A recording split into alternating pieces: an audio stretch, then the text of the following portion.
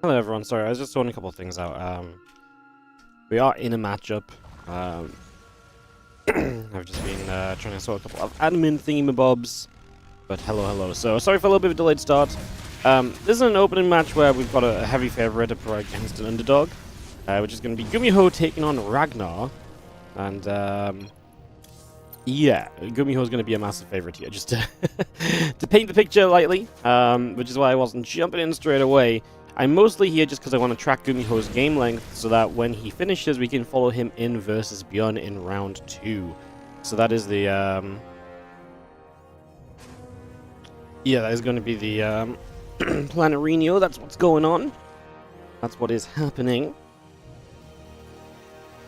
I'm excited to bring you guys some action here today. Is Banshee, Hellion, Cloaking, all coming up. A few overlords on the way out. Spore Crawler is being handed on as well. A couple of overlords are going to come across.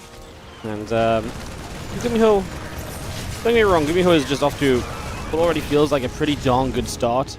As he's 57 to 35 supplies, so the numbers are speaking for themselves. That's why I was not super eager to jump in while I was just sorting some stuff out. So, yeah, like I say, we're kind of just going to watch Ragnar try his best not to die to Gumiho, which is going to probably be a little bit difficult. The reality is that Gumiho probably has this one locked up, and we're really just waiting for the Gumiho versus ByuN series to get set up and ready to go. No offense to Ragnar, just, you know, the reality situation is man is playing against someone who's really freaking good at the end of the day, so. And right now this micro's been pretty on point as well. Lost the Cyclone in the end, but only after it being lifted and dropped so many times. Armory finishing so we can morph Hellbats, and we do not have units ready to deal with that in the slightest either. So it does look as though this should be GG's. And wrapping it up on this one. GG gets called. Gumiho takes game 1. We are going to wrap that up and clean that out, and that's going to be our opening game donezoed. So yeah, hello guys, how are we doing today?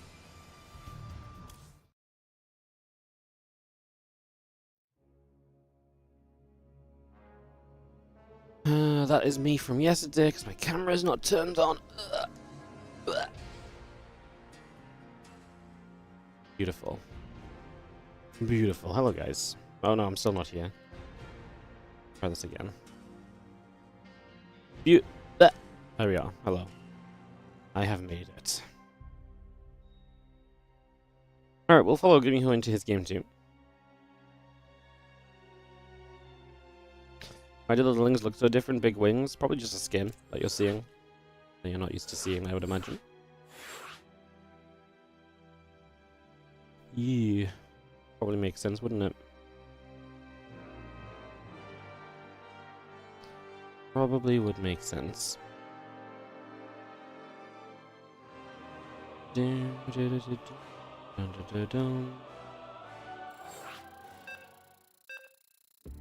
Alright, ready, go. Gonna be called on both sides. And we are gonna be jumping into Magnatha for game number 2 as Gumiho leads 1-0. Again, we're really looking towards ByuN. Gumiho round 2 action should be a lot of fun, so looking forward to that.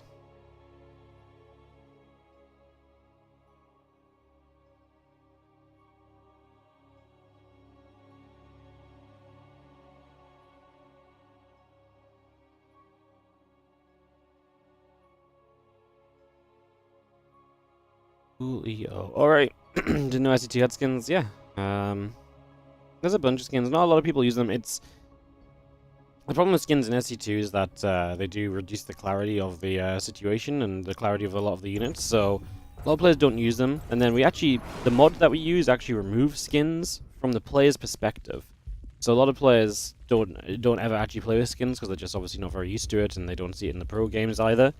But sometimes some of them have them set. I mean, there's some players who play with very, like, you would always be able to tell it was Dark playing because his skins would be like the Brood War Ultra and, like, combined with something else, and that was, like, it. So, yeah, they're not maybe used as much as they should be. It's kind of rough, honestly, like, I always felt like making the skins is always such a difficult kind of, you know, decision or way to kind of balance things, because you want to make the skins look freaking cool, but if the skins look really cool, they probably don't really kind of work well in the clarity of StarCraft 2. And, you know, obviously, a skin can look really cool on, like, one single unit, right? But then, when you have, like, 100 Zerglings, it can just look very messy, and that's one of the... It's very interesting because really kind of the skins really brought out just how well designed the initial units were in StarCraft and how good they were visually on the screen and how clear they were in larger armies.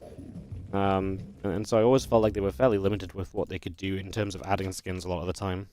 So, a little sad, but so be the way of the world. Sometimes it's like that. It would be nice if... I think skins kind of needed to be built in from the ground up rather than being an addition to StarCraft. I always had this opinion where if skins would kind of... If StarCraft was designed with skins in mind from the very start, they could have done a few things differently to enable that to be a much easier kind of pathway.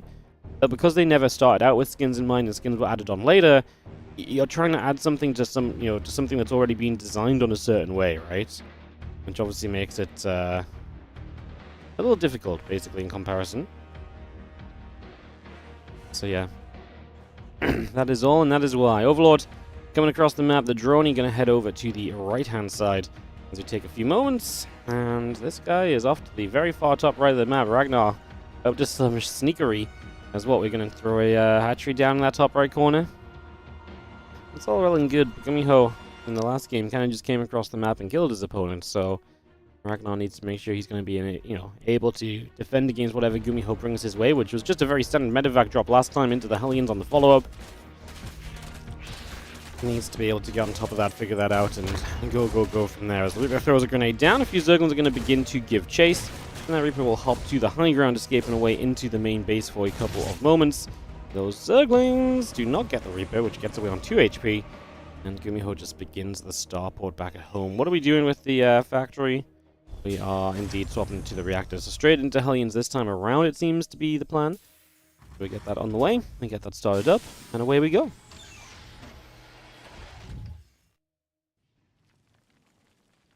Thing is going to wander to the front here, and do have the drone just moving around in the upper right for a little bit as well. Drops the hatchery down, so that's been there a long time. Finally drops the hatch in.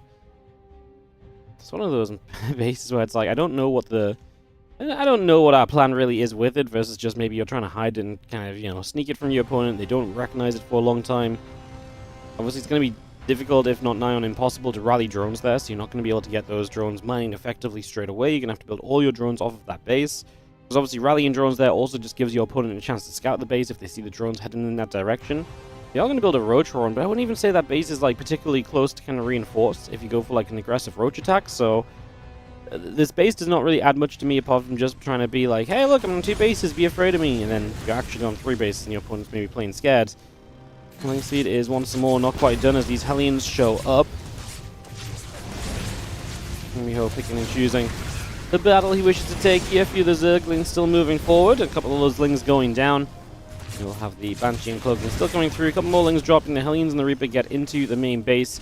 Gonna go straight in and, again, look to get as many of these drone kills as we possibly can. A couple going down already. We come around the back. There's gonna be 2 more.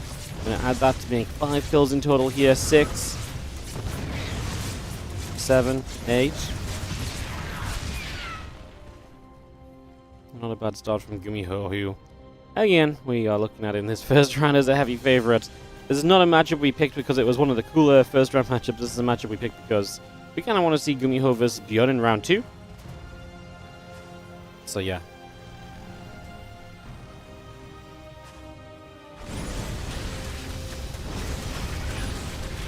Lings trying to run in. The Hellions on the wall off are going to make that kind of difficult. It's very expensive for those Lings as they go down. There's already going to be Banshee across the map. Well, Les not done. The spores are both building in the natural. And this is looking painful to say the least, as Ragnar is probably not going to be able to pull himself out of this one. I think we're going to have Gumiho taking a 2-0. Sorry, it is 1-0 for Gumiho. Didn't update it. My bad. My apologies. But yeah, this is kind of a game that's self-fulfilling at this stage. New Spore's about to finish. This Queen's taking a lot of damage. Does the other Queen have a transfuse energy? No. Banshee's out of energy too, though. It decides to leave rather than anything else. Hellions on the natural. And Gumiho is going to chase Ragnar out of this game. Ragnar is Shin. No.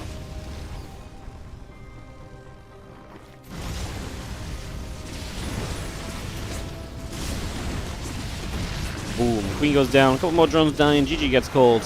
Gumiho 2-0 and advances through. So we will follow into Gumiho versus ByuN in the second round. Thank you to Ragnar for playing today. Always good. I always promote, and even if you come in and get smashed 2-0 by Gumiho, I always promote that this is an open tournament. Anyone is welcome to come and play, and you should absolutely come and get your face smashed in by the pros sometimes. Gives it some motivation. We're going to swap on over to Korea and get ByuN versus Gumiho ready to go. So that's going to be some Terran versus Terran, guys. We'll see. One of the better matches we're going to have in the round of 16. So it kind of makes sense for us to jump on into it. So we're going to do that and get ready to go. Awesome. Awesome.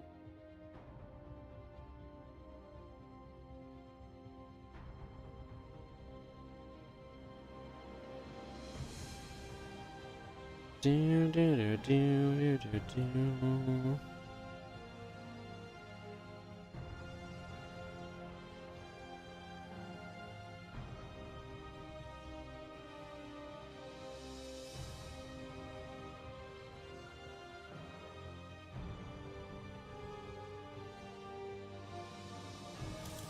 Alright, swap on over to Korea, get that ready to go.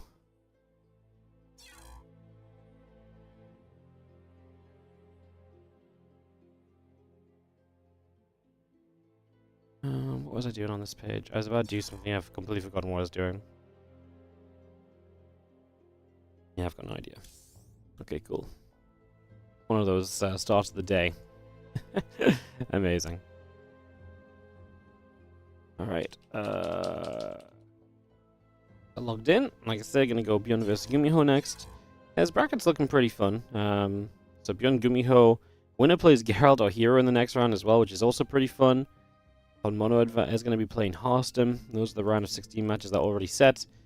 So yeah, be fun to kind of get back on track and see how all of that goes. We'll get ready for our next matchup here in just a few moments. Get ready to begin.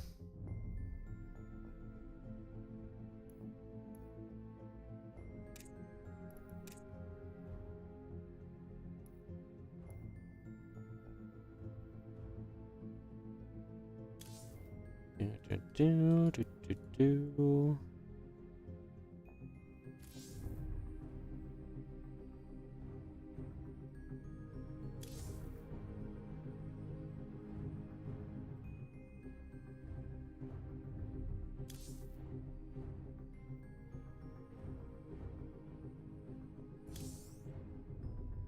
Alright, guys. Should be good in a couple moments. I think Gumiho just went, I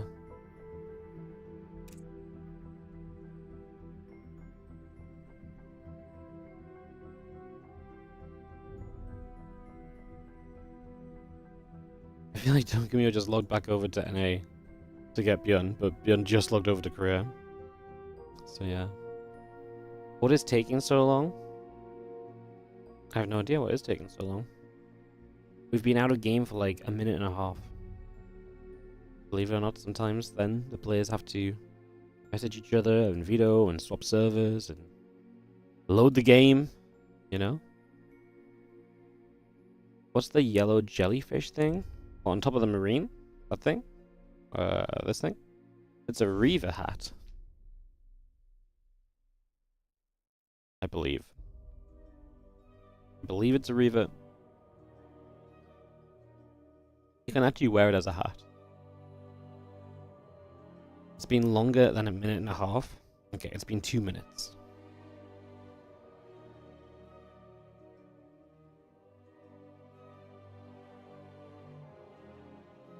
Maybe 3.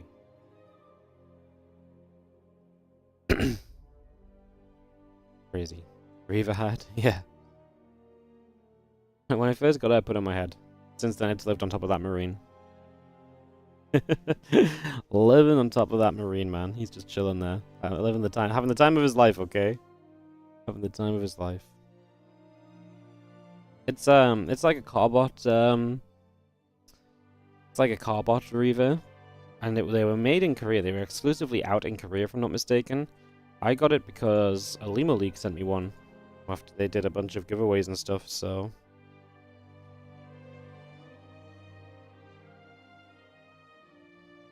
Yeah.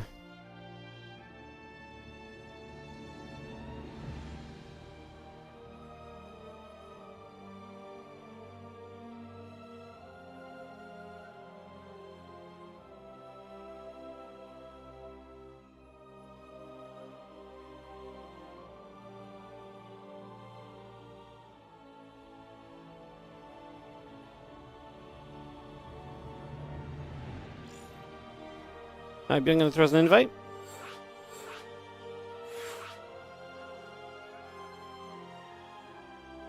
Cool. You thought it's a new Pokemon? No, it's everything. Well, not everything in the background is StarCraft related. There's a couple of Pokemon hidden in there, but most of the stuff back here is StarCraft related. There's a couple of RuneScape plushies there as well, but most of the stuff you see on screen is this is the StarCraft area of the room for the stream, you know.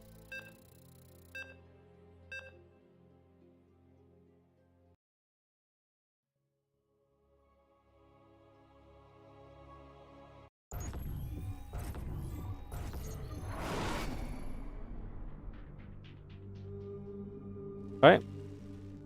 Let's hop in. As we are going to have in the top right side of the map, the red Terran player. This is going to be ByuN.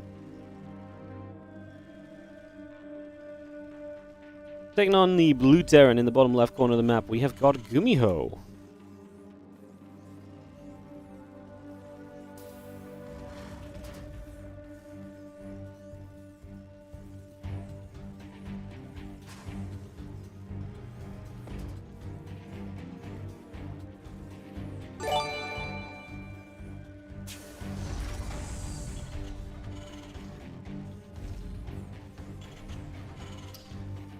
What's up, Sinister? Thank you so much for the 11-month resub. Appreciate it. I also didn't get initial sub of the day. Kukurus coming in with the 10-month resub on the Primes, and yes, he's back right at the start. Yes, we are back. We actually had a 10-hour stream yesterday already. We covered the fellow Krakow event, so that was a whole thing. That was a whole thing.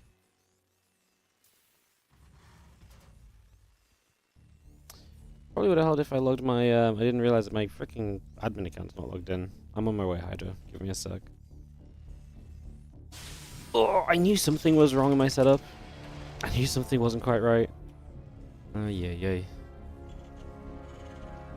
Am I observing? Yeah, I am. Don't, today's observing is going to be kind of bad. I'm tired as hell. Travel day into stupid long stream day yesterday. It's, yeah. It's rough, to say the least.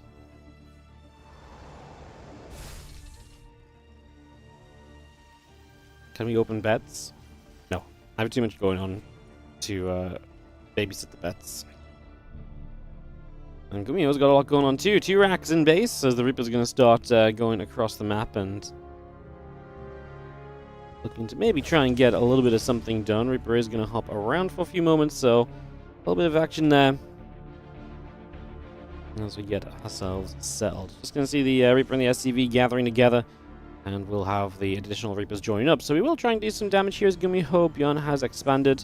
Bunker coming up will help him a lot, but obviously that doesn't also defend your main base, so that also will be a perhaps slight problem. 2 Reapers going to step up. Reaper takes a little shot initially. When the SCV goes down already, just going to be seeing the Reaper still continuing through. Command Center taking some damage. Going to get rid of that SCV, so that SCV going down. Now the Reaper and the 2 Marines. 3 Marines going to try and hold this off. I mean, honestly, if this is the extent of what you get done as Gumiho, I think ByuN's fine with it. But, like I say, the problem is going to be the potential of just hopping into the main base and those Reapers having that chance to really play all the different positions. They have the mobility where the defending army does not. And right now you can see that Gumiho's having a very good time. The Hellion popping out from ByuN should enable a little bit more of a defense. And that enables you to perhaps deal with this. That Marine kind of needed to target fire the further back Reaper, I felt like. Stop it from healing, it was low. Maybe the Marine could have killed it. We are going to kill that Reaper anyway. The Hellion gets one more shot here, but we do not. Okay, we do clean up. SCVs do get the finishing blow, and I think with that we should kind of be stabilized now. I think we should be able to settle down here a little bit. Crazy stuff. Alright, well, we get to take a chill pill and settle down and try and maybe get this TVT a little bit more back on track again. And let's just see the Reaper heading all the way over to the left-hand side. Raven coming up, a couple of SCVs on the way in as well. We had a command center on the factory coming up. And we just see the stim pack coming in as we speak. So building that stim pack straight on through. Let's see the SCV finishes the bunker. Reaper jumps into said bunker. And Interference Matrix was on the way, but then cancelling. So just not going to use the Matrix, just going to use that Raven as kind of I mean, TVT, Matrix is almost always good, but ByuN would rather save the gas, and I guess we only build one Raven then. No, he's going to build a second. It's really crazy not to have Matrix, though, right? Like, in the long term, that's really kind of wild. Reaper heading all the way down to the bottom left. Again, bunker setting up, Cyclone coming in on both sides, Marines and a stim pack coming up as well.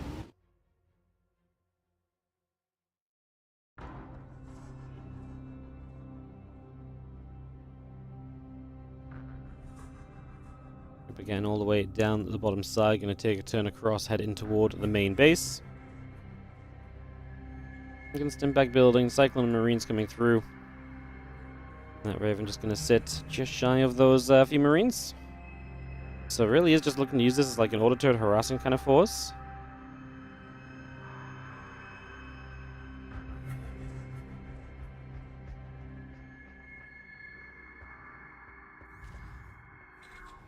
Raven just goes back and forth. Couple Cyclones, the Hellion continue to come over, so continue to move through. Interference Matrix is now going to finish in that other Raven coming up. So we just got the Matrix a bit further down the line, basically.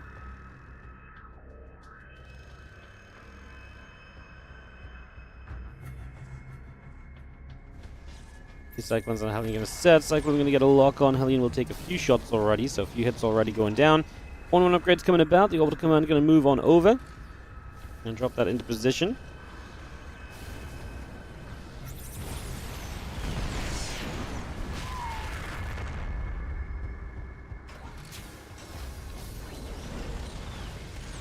And got those couple Cyclones still just whacking away. Orbital Command taking some damage as the 1-1 upgrades coming up to being about halfway done. We continue to lock on. Siege Tank taking some more shots. It's going to be going down in the near future if we're not careful. Now a couple of Marines will be dropping as well. So again, damage being done across the board. So got those 1-1 upgrades coming through. That stim pack coming online as well. Orbital Command finishing up very shortly. Starport does just jump across and drop into a reactor. Additional barracks on the way.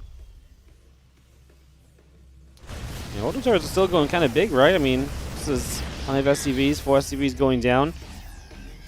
I mean, a lot of Reapers kind of giving up here, a couple of Hellions diving by, but in general, I'd say that ByuN's doing an okay job of shutting down that SCV count a little bit, and now it's going to be equal workers once again for the next few moments. Obviously, both players are heading into those bio upgrades. Gumiho launching himself to the top side of the map already with these 2 medevacs. They're going to go around the top. 1-1 upgrades and combat shield will follow up there. We'll see what we can do as the stim pack's already done from him as well, so he's going to be really ahead when it comes to bio fights. It's kind of scary for ByuN, especially if Gumiho's going to start dropping, because that opens up a lot of positioning and you know, value that you can find with those units then, when at the same time, you know, as Gumiho, you would probably kind of, you know, as ByuN, I guess you really just want to rely on these siege tanks and so defensively. I guess we'll see what ends up happening as we come around the top. Those 2 medevacs coming across straight into the main base. Those Marines will unload already. Just going to see a few Marines pulling off over to the side. A couple of auto turrets going down. The rest of the Marines coming over as well as the auto turrets continue to drop straight into place at the moment. Loading those Marines back up. It's a good defense from ByuN, honestly. Just getting across, able to get a very comfortable defense. Really didn't get outnumbered. Didn't lose many SCVs at all. The turrets definitely helped. Just dealing so much damage on the medevacs, they can't stick around very long. This is maybe a problem, as we don't have a lot to really deal with the triple siege tank setup right now, but I mean, it's only going to be those 3 tanks. We could just drop on top of them. Yeah, there's absolutely nothing else here, so we realize that, and now we're just going to chase through, and the Cyclones will start to lock on. The tanks target down the Cyclones, but I mean, getting rid of Cyclones versus losing your siege tanks is not exactly great. Tanks are going to be better the deeper that this game goes, right? So those tanks going down really does feel very painful for Gumiho, and this does seem like a great defense from ByuN. I mean, at this stage, we can look at the unit count perhaps. 4 tanks to the 1, 3 Ravens to 0. ByuN's army is significantly improved over Gumiho's. it is just so much better. Even if the supplies are similar, which they are, ByuN's army should be way better. The only time that ByuN's army is not better, if he gets stimmed into on an open field and doesn't siege his tanks or anything. And that's obviously, that can happen, but that would then be a mistake from ByuN. With the army that he has, he shouldn't be letting an open field kind of stim versus stim fight happen without his tanks being sieged, etc., right? So you can see the medevac loading up those 3 Marines. ByuN will get supply blocked, losing that 1 depot on the top side, but now, like I say, his army is so good, I don't think he minds these little chipping bits of damage being done to him just yet. Gumiho will have the 2-2 upgrade advantage, which kind of helps with the same idea of what I was talking about, the swarminess aspect of the Marines. And if they, in an open field, maybe they can kind of take a better fight. Obviously, we've got a couple more tanks up now from Gumiho, so he has improved that number back after losing a few. And maybe he can swing around this left side. One thing ByuN doesn't have, because Gumiho's been the aggressor, is Gumiho has all the map control. So ByuN doesn't really have anything to spot for what's going on or anything of those lines.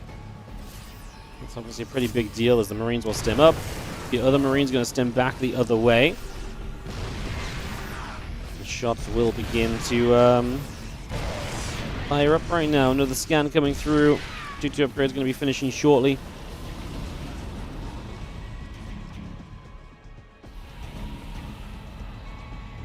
Yeah, +1 vehicle weapons also coming into play. The Marines getting healed up by the medevacs a little bit.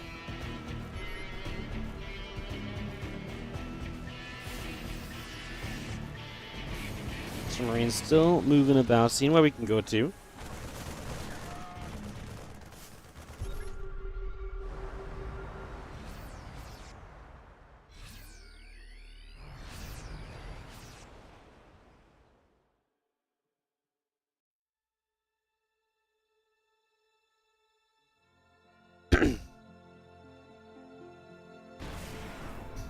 Always been a fan of saying that the player who's on the map in a TVT has a bit of an advantage. That map control is huge in TVT.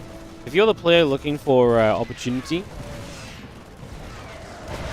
then if you're the player basically looking for opportunity on the map and finding the openings, you always have that chance to find the opening and deal damage, whereas the defender only has kind of positions to lose out on. It's very rare the defender gets a chance to be like, aha, you're not quite set up properly yet, and you jump on them.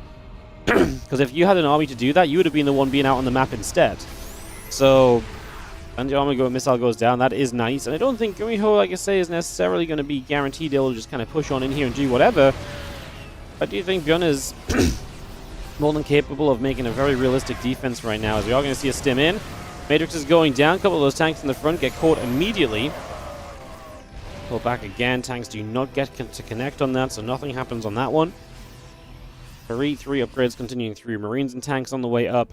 Marines and tanks on both sides of the map. 16 Marines at a time from ByuN currently, so he's heavy on that bio production right now. As both Terrans max out and meeting in the middle of the map, having a standoff here for a few moments. That should be a good couple of shots from ByuN he can get already on those Marines. And we really stop to think about what we try to do next.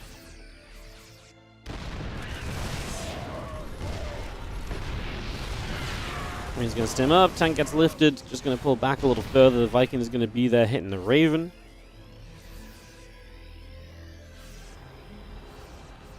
So the Viking's going to come straight across, and we are going to see the Raven going to get shot down. So the Raven gets taken out already. The Marines are going to continue to move on over. The rest of the Marines are going to stim. Tank going to fire up. It's a very widely spread army from Gumiho. It kind of feels like ByuN should be able to kind of take a fight somewhere, as long as it doesn't end up converging right through the middle of where Gumiho's setup is. But then again, I mean, you don't really want to go diving in anyway. And you don't need to either. ByuN is the one that's still expanding. Extra CCs on the way. Additional starports. He's very comfortable still letting this game go later as both players scan the hell out of each other to keep an eye on exactly what's going on.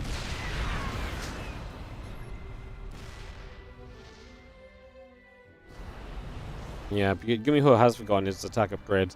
He was really far ahead on upgrades too, so it's a shame to miss the attack upgrade. That's the more important upgrade in Marine versus Marine typically. So yeah, it kind of is pretty sad to see that +3 is so far behind when he was honestly very far ahead on upgrades at first as well. He was one of the things that Gumiho came out of the early game with when he did play the more bio-focused opening that ByuN was doing, so a little sadness on that one. Marine stimming down the bottom, opportunity here to maybe hit a few Marines, maybe hit a couple tanks. Nothing going to happen just yet.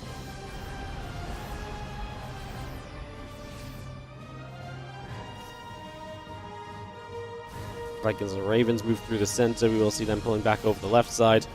Neo-Steel plating coming up. High-Sec order tracking on the way as well. 3 more orbitals, couple more starports, all being added. Green Tank Force still just gathering up as well as you see the +3 attack. Not far from being done. +1 vehicle weapons also building. Additional Marine Tank Forces just setting up on the high ground there, and a few Vikings and a Raven or two. I'm going to settle in the center also.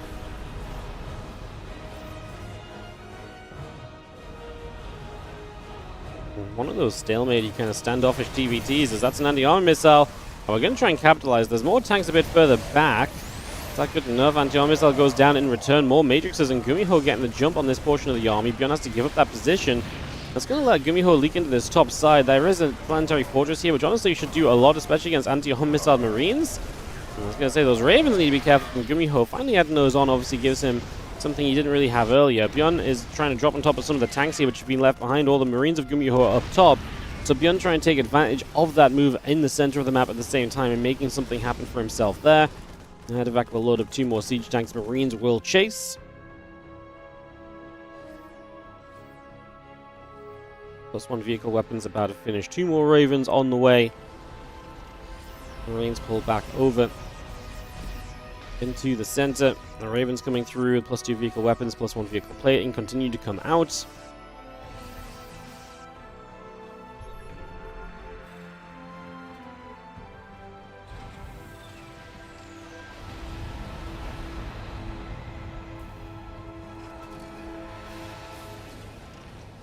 And that plating upgrade about to finish. +3 attackers coming through. A couple more orbitals on the way up. You see the +2, +1 continue to come down. Neo-Steel plating still coming in. High-Sec order tracking on the way.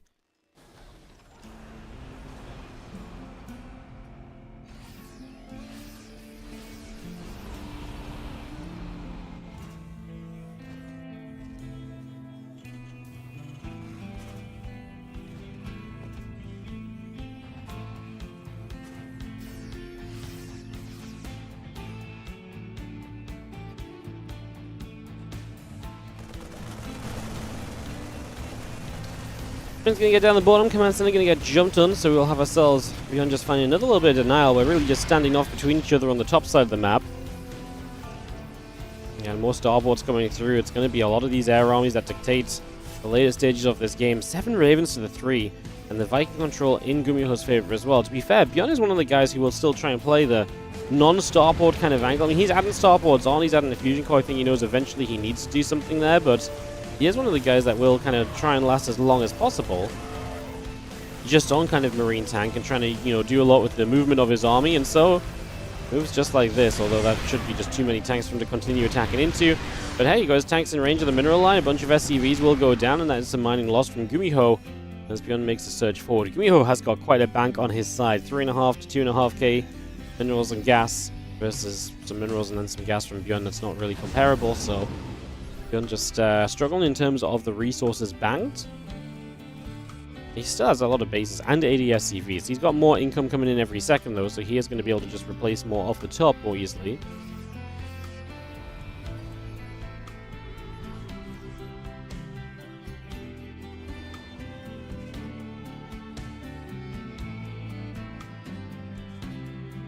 One sec, guys, I need to just tap out to fix an admin thing. Give me a moment.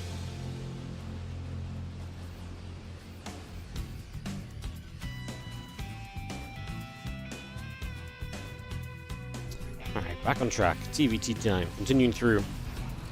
You see those tanks and those Marines going to try and step forward.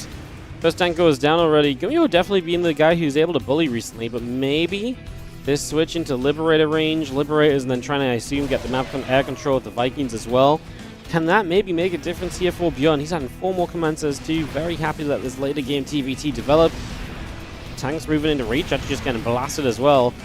ByuN's defensive tank there doing very nicely, and auto turrets as well to help him fight off the Marines that leak forward. Makes this a very effective trade so far. Gumiho running in and just kind of giving up units up until now.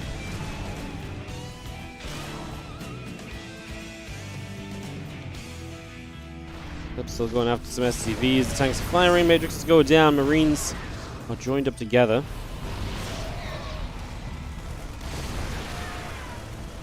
More Matrixes. Tanks still getting hit. The Marines are still coming through. Ravens and Vikings chilling out overhead. +2 ship weapons, +2 vehicle plating, continue to build. This 20-minute game now here on ley lines. Moving forwards. There's a lot of Marines that are hurt, but tank's not able to focus on them long enough before they go down. There's actually a lot of tanks that are nearby, though. Surely we get some more of these Marines. Kind of starting to blast through, just losing a few bits and pieces in the process.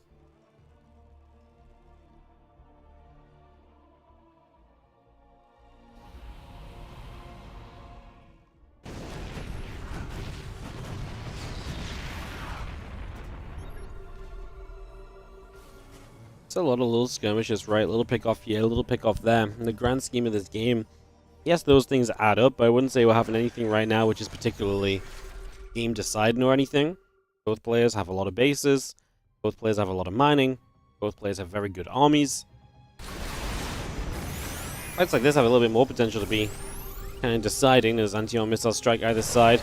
It's a lot of Marines from Gumiho, I was going to say. ByuN obviously has a good amount too, but it looked like Gumiho had more.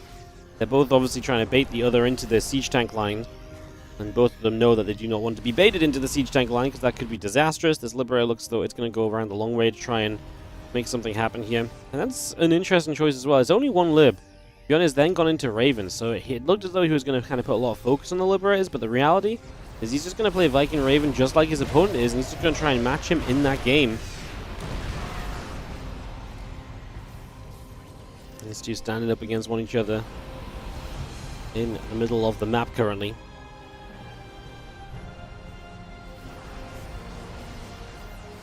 Green step through, Viking Raven in the skies, anti-armor missile is going to clash in on both sides. Again, we need ByuN to have his tanks support him, but they're matrixed at the moment, so ByuN has to pull back. Gumiho actually loses a lot of supply here and hasn't replaced anything yet, though.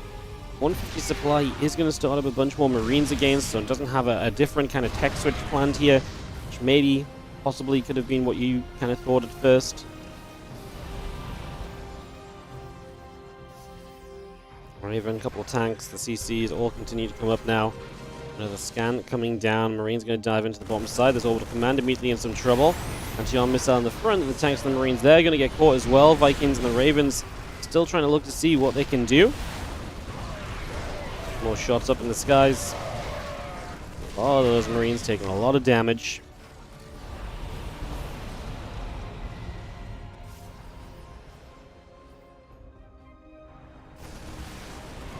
Marines on the bottom are going to get turned away as well. Those Marines will get chased, as the Marines of ByuN just going to pull all the way back.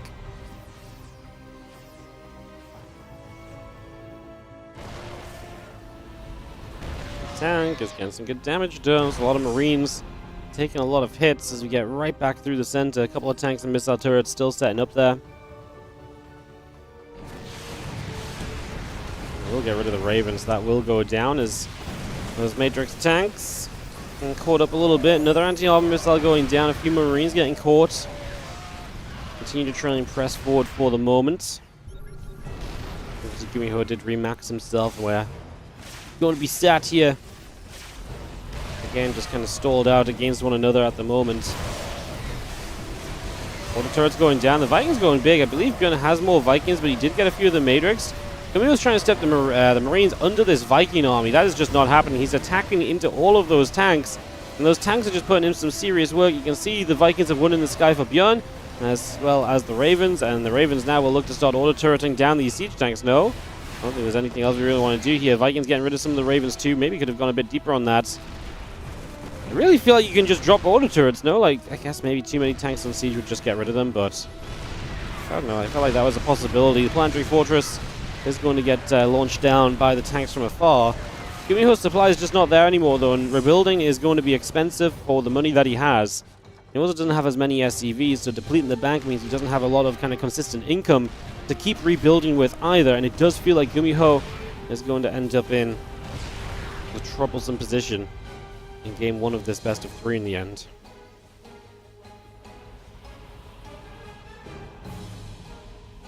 More BCs coming out. Ship weapons, vehicle plating all on the way through. Vikings, tanks, the Liberator.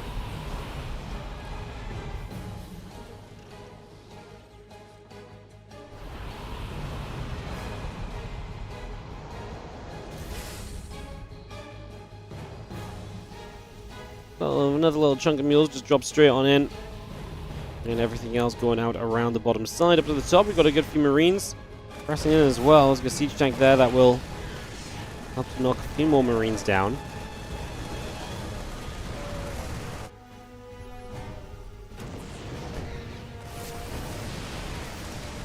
Four turrets coming into place. The Planetary Fortress will fall here as well. Gumiho's doing a great job at denying bases, to be fair.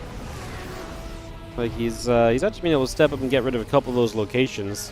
That said, I mean, this is a base which you could consider kind of competitive for both players, so I guess kind of important too. Gumiho's going to max. He has a Thor mixed in as well, help against the air army. I think one of the big questions is, can Gumiho get enough value off of his Ravens before they just get shot down? Obviously, they should be able to Matrix battle cruisers here. That would be an important part of this. As the Ravens just flying about from ByuN, just launching their auto turrets wherever they would like, and if there's nothing nearby, the CVs are going to go down, structures are going to go down, just problems, problems, problems, basically.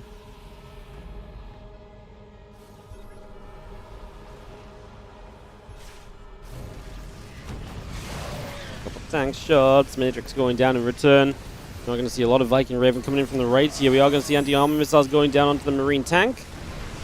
And ByuN, I mean, he has Yamatos to try and fight this as well. The Thor goes down.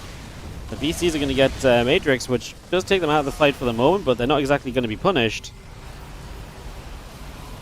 Gumiho now trying to build 6 Vikings at a time. ByuN the one with all the money in the bank as well. You're dropping that anti-armor missile, keep those tanks hurting and exposed.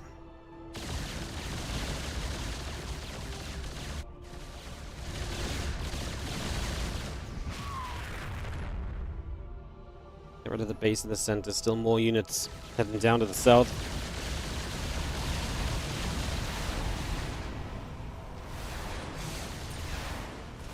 Teleport away. A couple of Vikings fire. Just going to see everything else. Viking Raven will gather in the center too. The BCs join up. Again, 6 more Vikings building from Gumiho at the moment.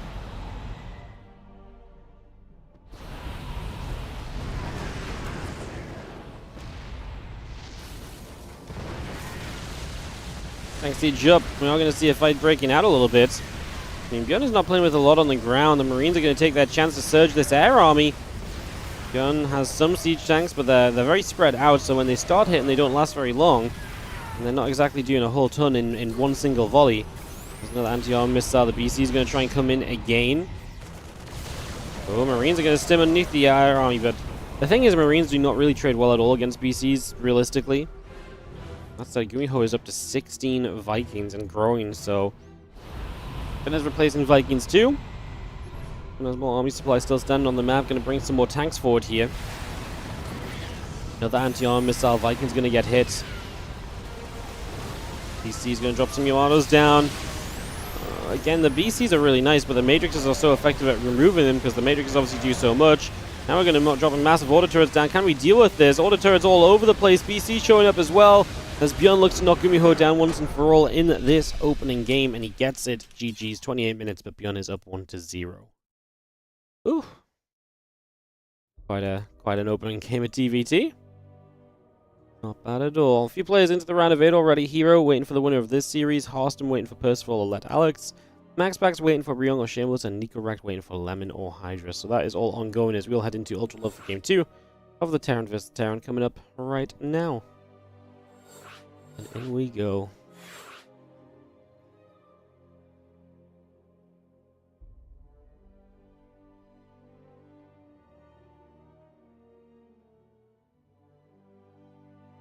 Alright, getting to Ultra Love here for Game 2.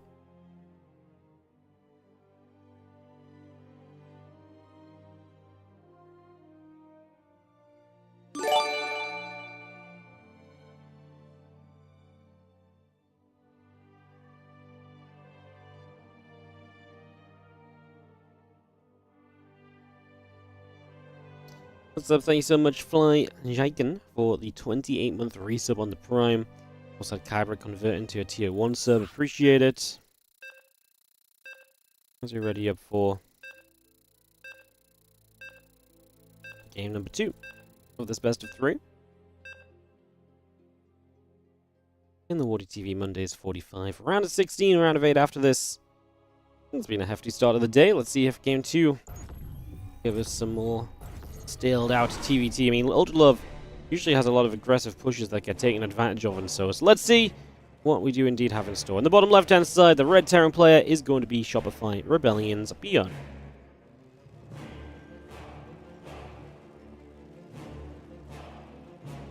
On the top right-hand side, the blue Terran player down one map is going to be Gumiho.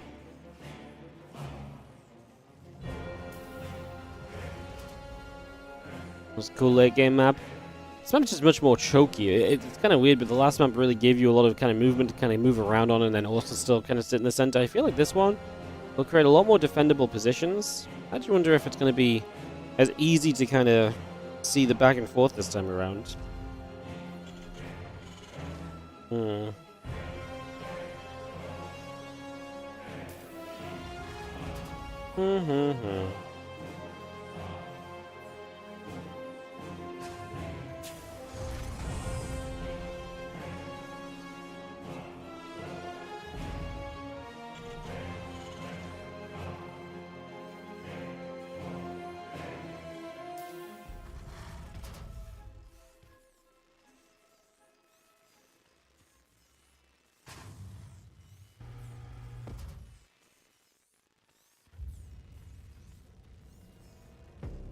Alrighty, guys, we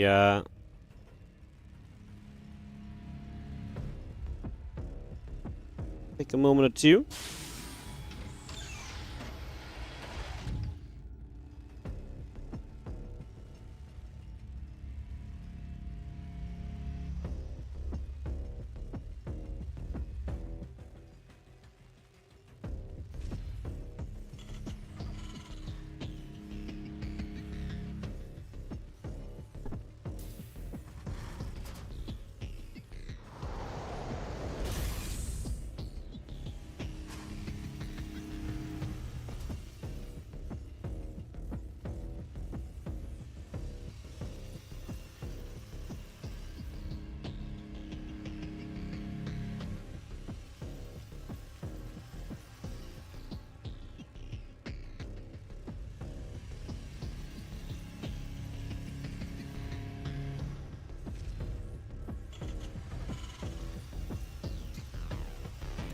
Proxy racks and proxy reapers. Oh, sorry, I was trying to deal with some admin stuff, guys. So Gumiho's going to get aggressive here. Apparently the first reaper gets pushed back. As ByuN, he did get a little spot on this a little bit late. Not super late, but a manageable kind of timing. As you see, the first reaper getting pushed back. Not a bad defense so far. Needs to get his reaper to regenerate a little bit here. He's going to get 2 kills. Uh-oh, Gumiho. Oh no. Oh no. Oh no. 3 Reapers down for Marine so far, and that's going to take the wind out of the sails of this Reaper play. Because now you're never really going to have the Reaper counter truly contest the Hellion. Even less so now as another Reaper falls, so... yeah, this is going to be absolutely disastrous, to say the least. Starport still coming through, React in the Tech Lab coming up. I just have the Command Center coming through as well. Barracks going to continue to float over. A few Marines there going to hit that barracks in return, but this is indeed a disaster, as we see in the chat. Yes. This is a little bit minor disaster from ByuN's side, who tried to go across the map. Would have been nice to get across, but he's actually going to end up losing STVs here, so finally Gumiho gets damage done just because ByuN was eager to get across the other side and to kind of put his opponent into a difficult position. The Hellion should be able to chase, and this Reaper should 100% go down here, no doubt. And now you can go across the map. I don't think you're going to get there in time to delay the CC anymore. So ByuN lets 4 SCVs go down after a great initial defense. He loses a lot of the advantage he'd gained for himself. So ByuN trying to go across the map is going to backfire. That is going to be very sad.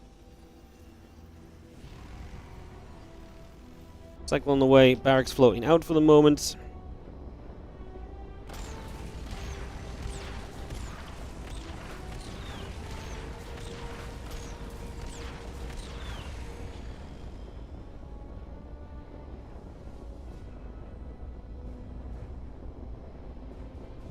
Barracks is going to float on back up to the top side, then banishing the Cyclone. A couple of Marines continue to come in as well, so we get all of that going. A couple of SCVs gather up.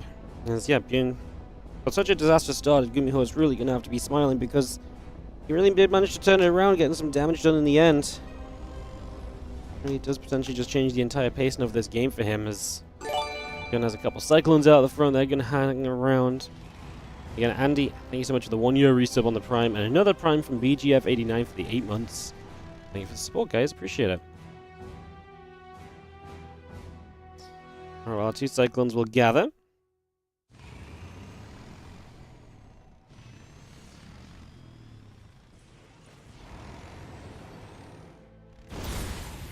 Cyclone's lock ribbon goes down.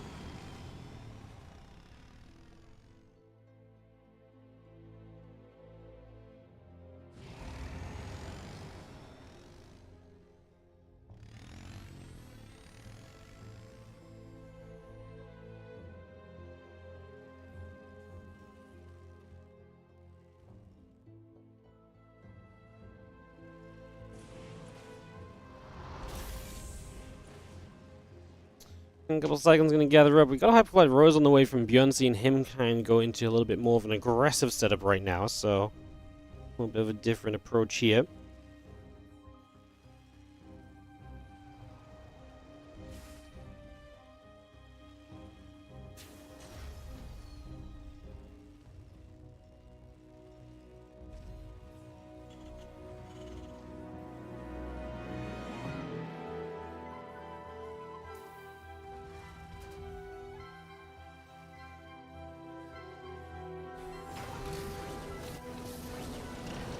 Couple of tanks going to move out, just going to reposition a little already. The 2 Banshees going up that right-hand side, so ByuN looking for that damage very shortly.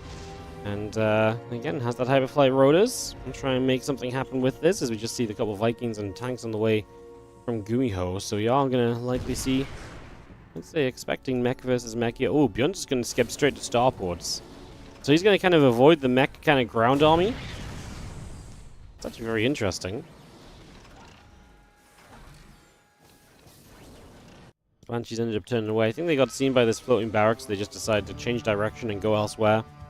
Not a bad choice. You don't have Cloak to help you out either, so probably does make pretty reasonable sense.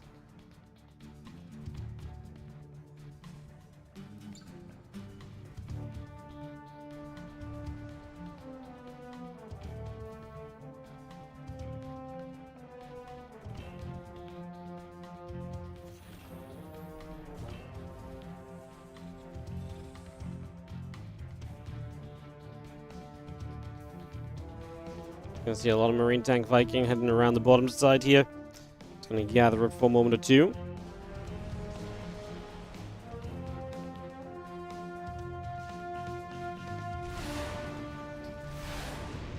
And again, gonna have his army found out by this floating barracks. That one Rax has given so much info so far. Kind of funnily enough, as the Marines will just make their way over to the Rax here, clean that out. Maybe not an easy way to attack in just yet. ByuN is adding on factors. Remember, he's going to go very heavy Viking production initially. So it's going to be a lot about being in the skies. So I imagine he also wants to get some Liberators out. I mean, it's kind of nice because there's not going to be much anti-air at all outside of Vikings from Gumiho. And if you outnumber the Vikings, then you should be able to be in a great position already. So it should likely be very nice for you here.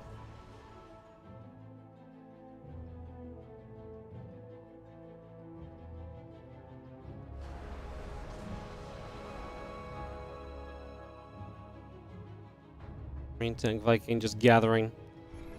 As ByuN is definitely looking to still be kind of the aggressor right now. A couple scans coming down. Tank returning some fire.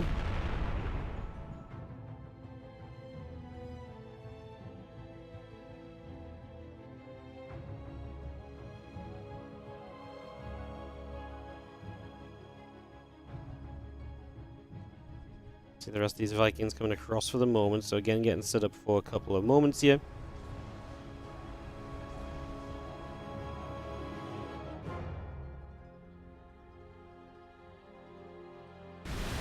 See those Vikings actually able to get a couple of kills already. Now I'm going to come back across. ByuN is going to find a couple more Vikings too. As we're having some Liberators already would have been really nice. As this is actually very difficult. As Gumiho, what do you do? I think you might have to start building Thors. It sounds kind of crazy, but like, yeah, you have no anti-air otherwise. Right now, this one Banshee is going to start doing some work as well. You've just got no anti-air. Okay, 2 Vikings on the top side. Will show up to deny the Banshee at least. So that's nice. But like I say, libs are coming. A couple of libs come out from Gumiho. They're going to be completely useless at this moment in time. I mean, I guess the Thors will make it difficult. That's why the Liberators are necessary on ByuN's point of view. These Vikings will just unload and or drop down and just go after the entire mineral line, apparently. And there's not really much Gumiho can do to stop this. Again, the Thors are on the way, and very shortly, I guess these Vikings may pay for their attack in the main, but it's going to take a little while. And they're just going to lift back in the sky. ByuN loses some of the air control, but like I say, he's going to have a lot more Vikings over here. The Libs should be rallying across in a moment too. There's the first couple of them. And we are going to start pushing these tanks back and get into reach of this third base. Like I say, the Thors are out and the Libs do not have lib range, so the Thors should be able to provide an answer to this. That's actually rough. So many siege tanks going down already. The Libs kind of just need to kind of be facing the way the Thors are coming from, because right now the Thors are about to get free pickings. Libs do manage to pull back and relocate. Only a couple tanks on the ground, though, is one of ByuN's maybe bigger weaknesses right now. And yeah, the Thors will just step back and outrange the Libs. So for now, the Libs will be held off, and this air attack of ByuN is going to be denied. The Thors will be a good enough defense for the moment, as wild as that may be. Army now decides to cruise out onto the map.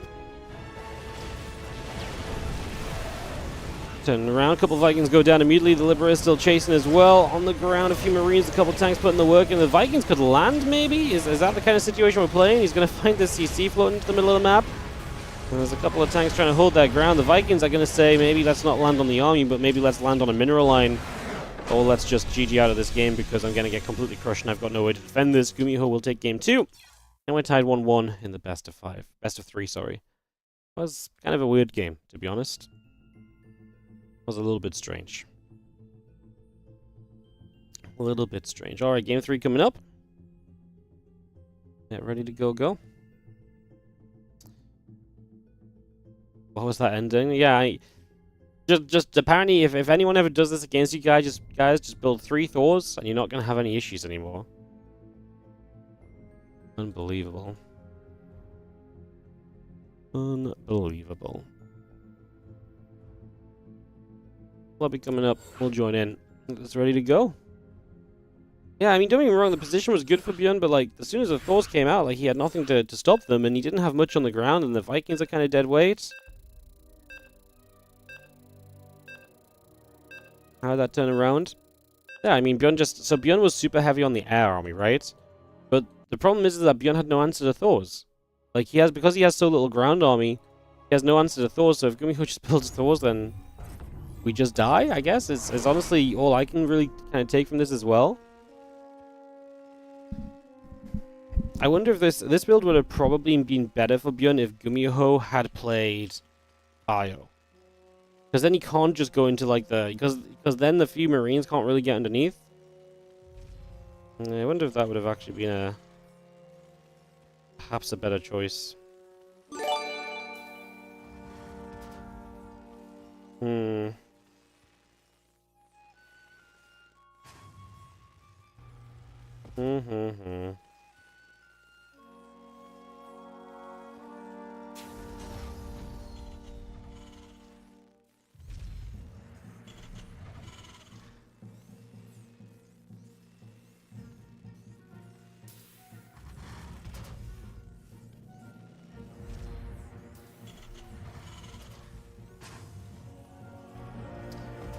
Well, proxy reaction again, Gumiho. That last game started off so rough for him as well, and then ByuN kind of gave the way back into it.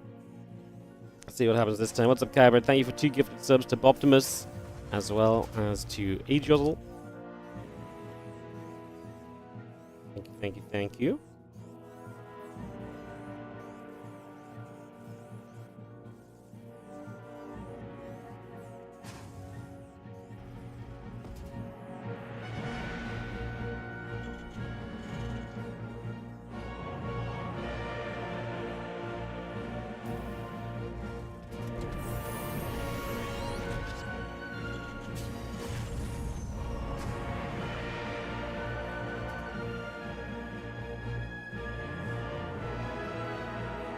Alright, couple of Reapers coming through. Just gonna have ourselves the proxy obviously kicking off in the next few moments. Then as Gumiho tries to take an edge early in this one. And Reaper hopping down the low ground. Reapers will throw themselves at each other. There's a couple of Reapers continuing across. And again, the Reaper on the way from ByuN as well. Factory about to finish up.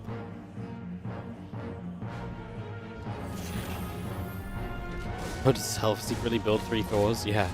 If your opponent's going mass upwards against you, Thors actually are very good. Liberated range would make it a very different scenario, but I mean, like when the Thors can just outrange the Liberators, and the Liberators are dead weight, he didn't have enough tanks to do anything. Honestly, it was kind of just a weird game all in all, just from the build in the first place, but then when it all falls apart when your opponent just builds like the first sighting of Thors in the game, it's like, well, maybe this wasn't too great of a build anyway, right? Maybe that's something we should have considered.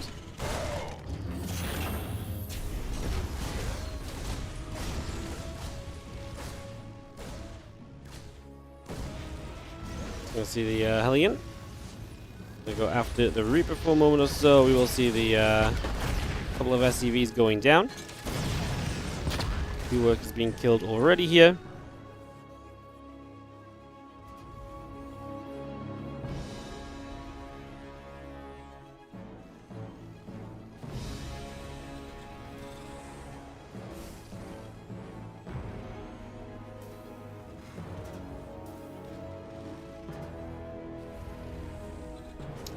Yeah, just gonna be having ourselves a starport coming up. Reaper is on the way. Just gonna see the barracks coming over. Reaper continues to come through for the moment.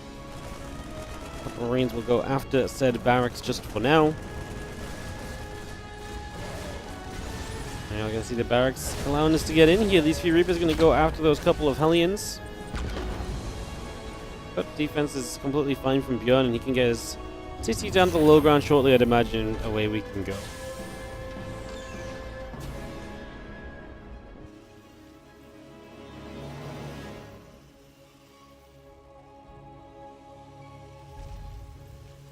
Factory coming up, we do have ourselves the Magfield Accelerator on the way in, so we get that all rolling here. Get that all started. So gonna see the barracks on the low ground is gonna be a slight annoyance as well.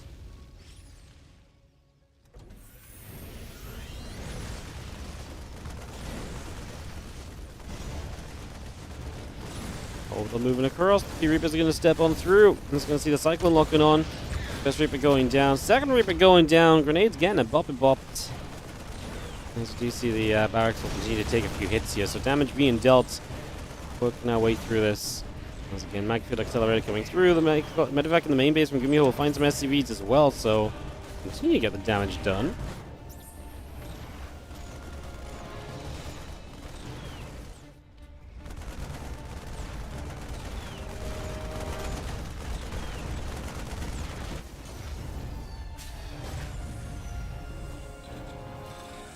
Magfield starts through.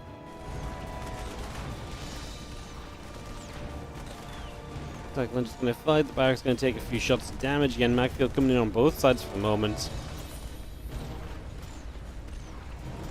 Cyclone just getting a little lock on again.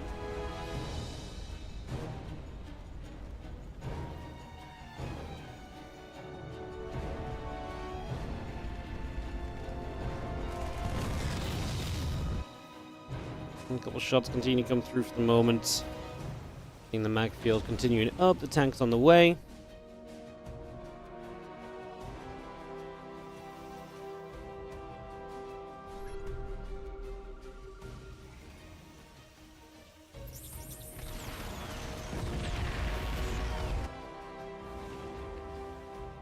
And Magfield coming up, a couple tanks and Vikings coming through, 5 SCVs. Going down already. Just going to be seeing more SCVs going down as ByuN continues this assault with the Cyclones across the map. Now we're going to see good lock-ons here, but the medevac micro is obviously going to give you a lot of outs. The Liberator helping out heavily, though. It's going to be a lot of damage done from the Lib. 14 SCVs killed in Gumiho. Was leading quite comfortably on workers going into this set of assaults, but it is going to be ByuN who comes out favorable. 37 to 29 SCVs now, so ByuN's economy going to take a good turn. Interestingly enough, ByuN is going to go into 2 barracks from here, and looks as though he's going to play the bio. As Gumiho just finished up his own Magfield, so I wonder if he has some intentions with the kind of continuation into mech or so. Be interesting to see how that pans the next few moments. I don't think Gumiho's going to play bio. I'm pretty sure he's going to play mech. He already has a second factory too, so Yeah, gonna see Mech versus Bio. I mean, there's gonna be a pretty solid push from Gumiho right now. There's a Liberator that's poised to maybe fly into his natural and cause some trouble. I mean, interesting thing as well is, right, this is just 2 bases from Gumiho, no third on the way, so this isn't necessarily just mech. This is more of a... This feels more like I'm going to push right now and then worry about the rest of the game later, so ideally he does some damage here because he's pretty committed.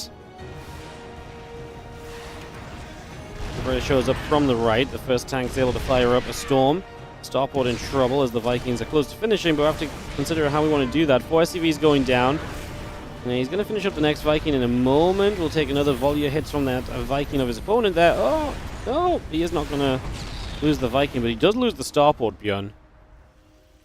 He currently just decides he's going to circumvent that little portion of the army. This is becoming an annoyance, though. Cyclone will go down to the tank on the high ground. Now the Vikings land as well.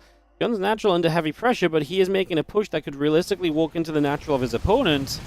At some point, though, Gumiho has to realize that ByuN is not actually going to be at home with anything, and so surely then the trigger is pulled on him just setting up defense. But then maybe ByuN doesn't actually commit across the map. Maybe he pulls back and plays defensively himself and actually just plays to try and clean this up. That looks like it might be the plan instead. Let's see if he's going to pull through. Obviously, we're a mile and a half away from Stim, so that's not going to come through for this. 13 SCVs go down. Gumiho's going to get the damage done that he needs to equalize the work account. All the tanks go down, and this game will get to continue on for the moment at the very least. Orbital burning, floating, landing onto the natural as it begins to reach a repair.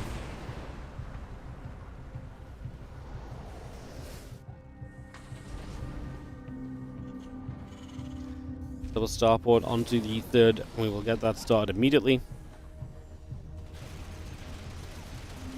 Back unloads the Vikings into the main base. They lift back up. Supply depot going to take a few shots. Depot will indeed go down.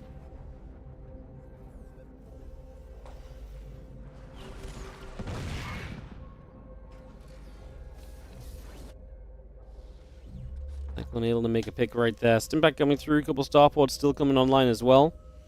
We will have our siege tank medevac commencing to continue to produce at the moment. So SCV still building by. Medevac tanks coming up. That Stimpak is about to finish.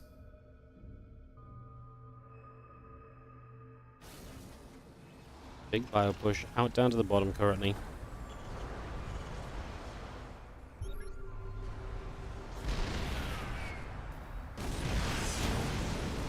Supply depot already going to take a few hits. ByuN obviously wants to try and do something now as his upgrades are finishing. This bio is kind of strong as it's going to get for the near future. It's a weirdly kind of even game when you look at the SCVs. Both players are building an out of position 4th base. ByuN going to take the gold. Gumiho's just going to hide his 4th on location in the bottom right hand side.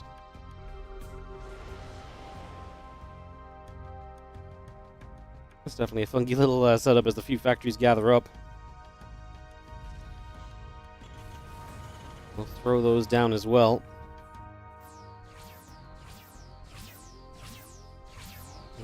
Healing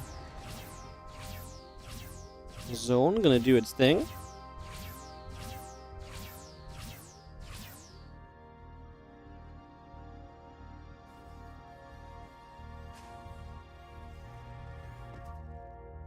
ByuN has now added on the additional starports to try and take this into the next stage of the game. Those additional starports and get some air control up. He can try challenge the air control of his opponent. I mean, that's basically what you're fighting for. Air control. If you've got air control, so much of this TVT becomes so much simpler to play on out. Liberator on this right side will siege atop of the gold base. That will go down.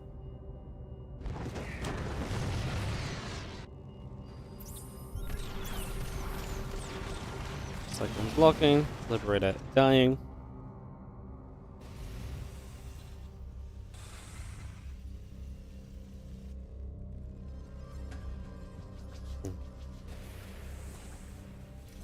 We got those libs continuing through. A couple Thors coming about. Continue to get that going.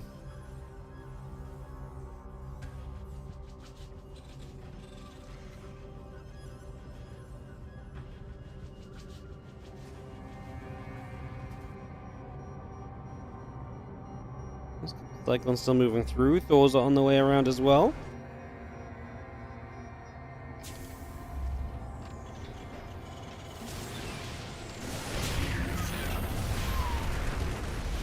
Nice little jump on this base, so it is going to be ByuN who punches the out of position command center Gumiho a little bit. Not too much in the end, right? It's only three SCVs that go down. The rest are in the CC safe. Cyclones will do some damage and that Viking, but they should never really get a kill, right? Viking going to get another shot off. Honestly, do not hate the idea of just trying to commit for the SCVs pop out of the command center, and it is saved! It is saved. Wow. I was actually extremely clutch in the end. The SCVs just being able to drop out in time.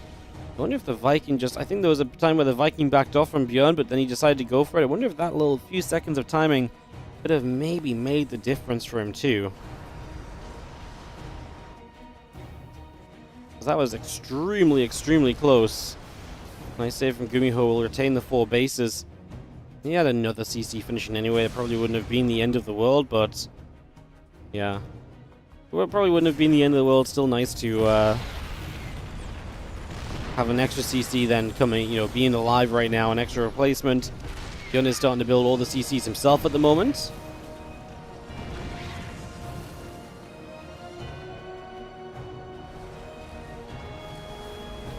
So an additional round of Hellions will produce from Gumiho, so he's looking for some anti-air. Interesting to see. I mean, there's a little bit of air control out from ByuN. He's got a couple of Vikings advantage, and he does have some Liberators already available too, so makes sense to be trying to respect that. Again, a bunch of additional units on the way through. Thor coming about, Hellion Medevac on the way. Factories will be building as the tanks push forward. It is Gumiho that's not being stopped just yet. So nothing happening there as those tanks are going to unsiege and actually end up in a little bit of trouble. ByuN going to take the chance to get forward here. Well... I really felt like a good opportunity because you were able to go.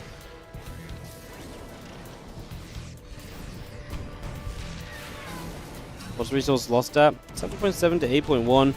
ByuN's gold are going to get found. But he did mine a good amount of that, to be fair, and he does have other bases to kind of go back and mine from instead, so I actually think the gold is fairly reasonable, to be honest.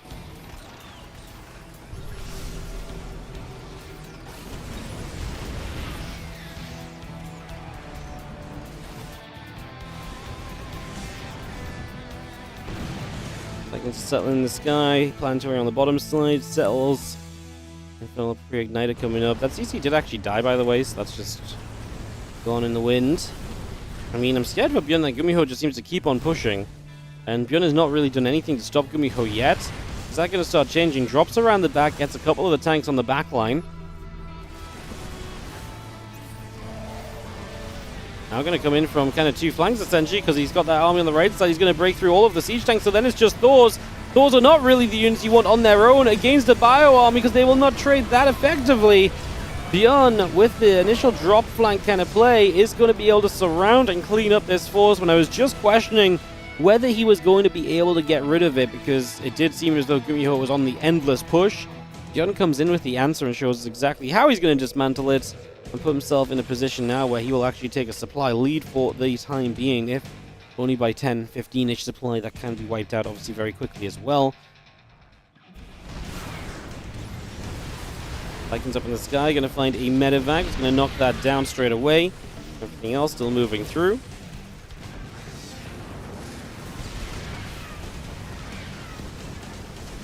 Big bio push, continue to go at the moment. This army continue to shoot. Thor going to be in a little bit of trouble. That is not quite going to go down. A couple tanks still trying to press forward also.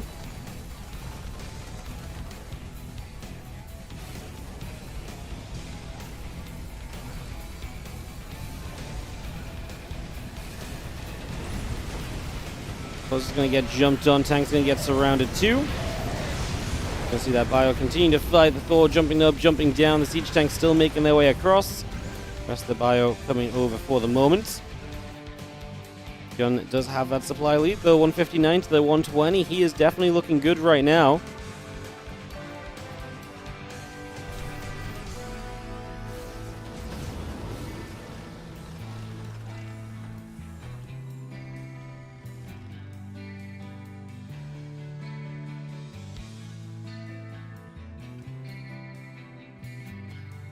He's on the right side, is going to start morphing into the planetary. You got the medevac's going to try and move up to the top, but they're not going to find much. Just seeing that bio army here. ByuN re-establishing the gold, I like it, honestly. it's going to be something that's a challenge for Gumiho to get back across to. And if he goes so far to the right side to deny the gold, it does leave the left side of the map more open to attack from ByuN, and he might be able to get even more important bases to Gumiho because of that opening. Forcing him to play left and right on a map that is otherwise kind of meant to be played kind of very up and down is definitely one way to abuse the mobility of the mech. ByuN's already going to counterattack here as Gumiho sets up on the left, so that's a base probably lost from ByuN. He's going to take damage elsewhere too, but like I say, he's going to do a ton of damage himself and go into something a little bit like of a base trade. Fire jumps up into the main base. Cyclone going down. The factory's going to be in trouble, so production's already being camped here. Gumiho's not even going to bother. He got wiped out on the other side too. He just kind of melted. GG's. ByuN 2, Gumi 1. And very well played by ByuN. Mech is always tricksy to play against, but we find our way out, and that will be that. GG. Alrighty, guys. We're going to go into ByuN versus Hero.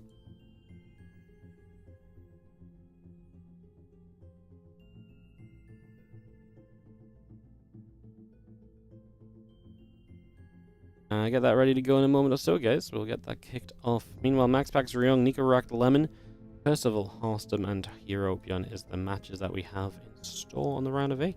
Beautiful, love it.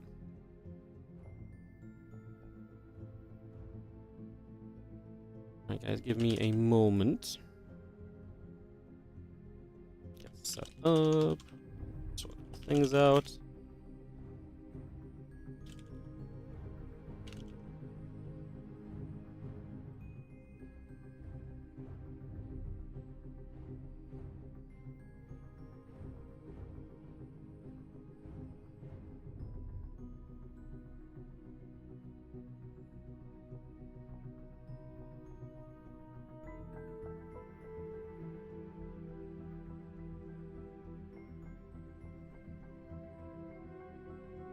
Alright guys, just BRB one moment, we'll get back, more StarCraft in a sec.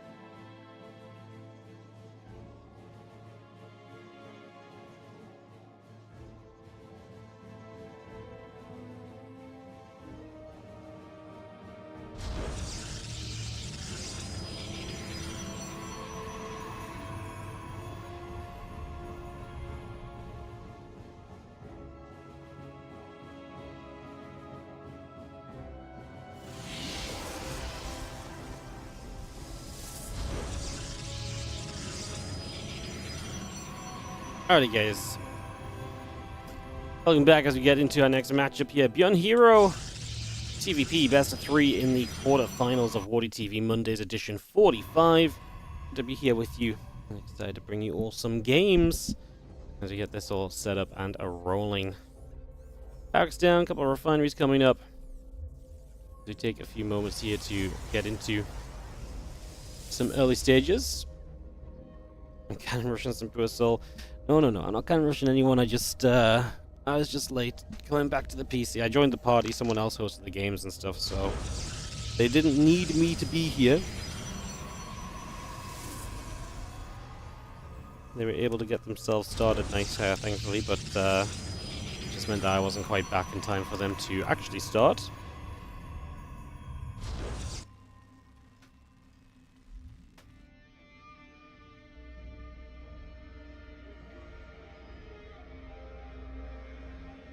As we take a couple moments and get settled down, and we get into some early stages, figuring out what our plan might be, what we're going to get up to.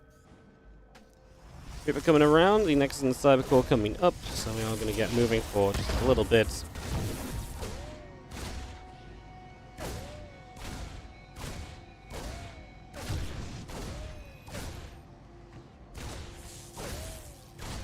We're going to fight, and that probe actually going to be taking some damage as well, so a couple kills coming through already, damage being done. Obviously that bunker on the back is going to help to make this a little bit complicated. So ByuN causing chaos right from the very get-go here in this game. Wants to try and make his opponent's life a little difficult as the 3 probes have gone down, and his proxy rack so far has been pretty effective, honestly. Not bad at all for the early stages, that bunker. Able to chip through the Nexus.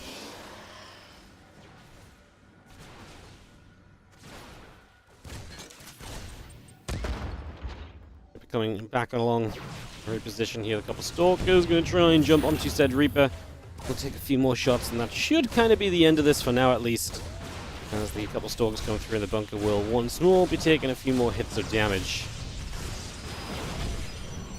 If it does get one probe, the other couple of probes in a little bit, teeny bit of trouble. SCV actually going to take some shots too. I mean, there's enough Stalkers right now. You can kind of just target down the bunker, target down the SCV. Obviously, salvages aren't available nowadays because the salvage gets cancelled if the bunker takes any damage at all. ByuN will try for one extra worker kill. You can see him wanting the low HP one, but doesn't get there. That will be the end of ByuN's proxy. And now into the Cyclone-based follow-up as he goes for a second factory. ByuN, what the hell are we doing? Double factory is not what you expect here. Not at all. 2 Stalkers head up to the top, and the Cyclone mag field all on the way. And yeah, I guess we're going to try and play some mech against the Protoss for the moment. Cyclone gets a lock on, a couple Stalkers step back away from each other for a few moments here. No problems at all just yet, as we do see the grenade going to try and create the exit, but we do not get the block or the bop that we're looking for. Stalkers come through. That Cyclone is not going to go down, does live low HP. That's fortunate for ByuN because that should have probably died.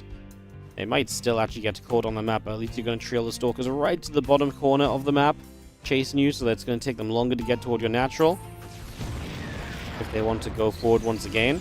Cyclone over here gets a lock on, should be able to at least get one Stalker, but again, are we in trouble? Are we too close to these other Stalkers? No, we will get away with this one as well. So this one, Cyclone is actually going to get out of here. Obviously trying to preserve that Cyclone count as we continue to move through into the next step of the game, into our next few moments here.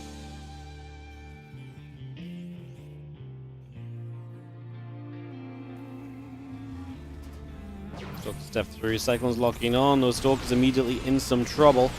As we are going to see the Cyclones going one way then the other. It's going to have those lock-ons continuing, 2 Stalkers going down. 3rd Stalker in some trouble here as well, that's also going to get picked off. Now these Stalkers try to recall, Cyclones will go for, oh, I thought they were at least going to get one more kill, but apparently not the case. Magfield now about to finish.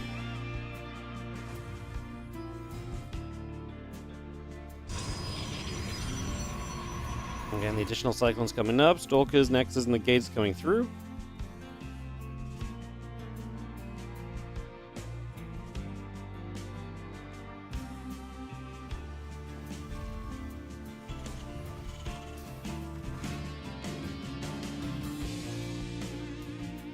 Cyclone's head around the bottom side. Dog Shrine gonna be the next step from Hero. I like it, honestly. Like, DT's to kind of get a little aggressive here. Stalkers blink in. Okay, well, that was a disaster. Cyclone's immediately in trouble. And that's gonna be, GG's. Hero takes game 1 of this best of 3. Game 2 coming up in a momento.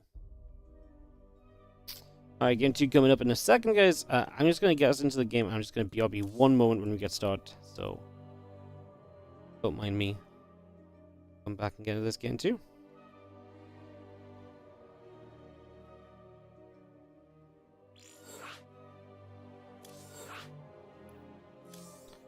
I'm going to throw you guys on the in-game screen. And I'll be right back.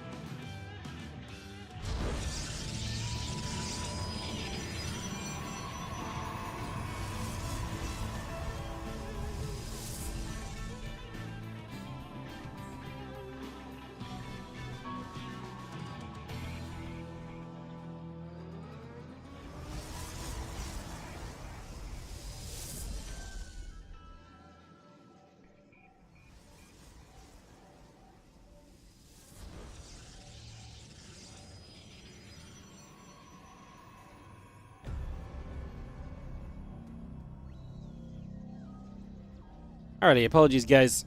Oh, ByuN is just gonna proxy like crazy, huh? Good guy, ByuN. I'm BRB a second. ByuN's like, I'm gonna proxy the hell out of this guy, Wardy. Teach you to go AFK in my games. Oh, there you go. A little proxy barracks with the Marauder inclination coming online here for game number 2. Yikes.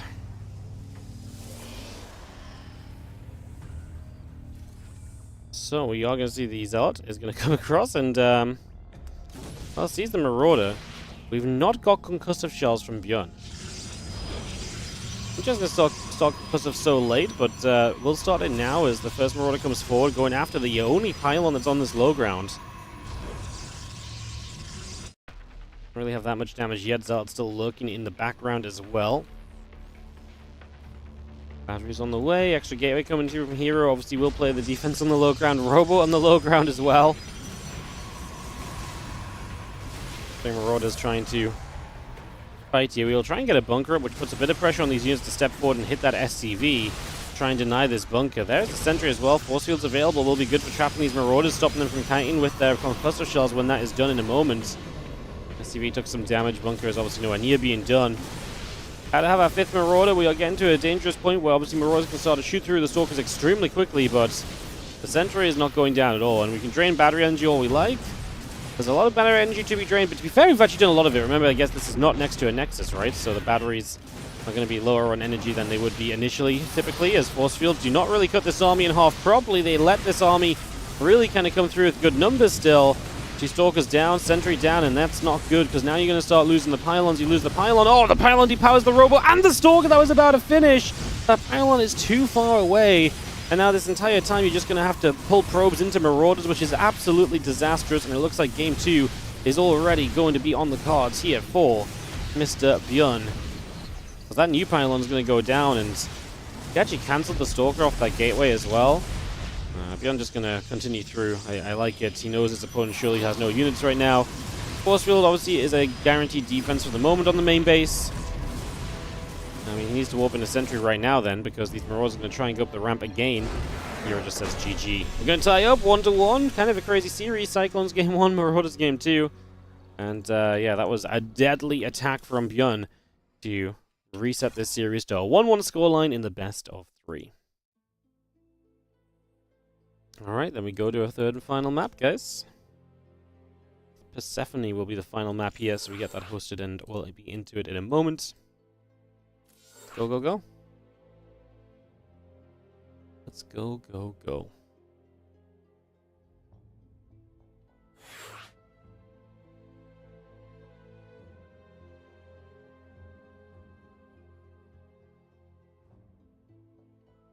Go, go, go. 33333 apparently.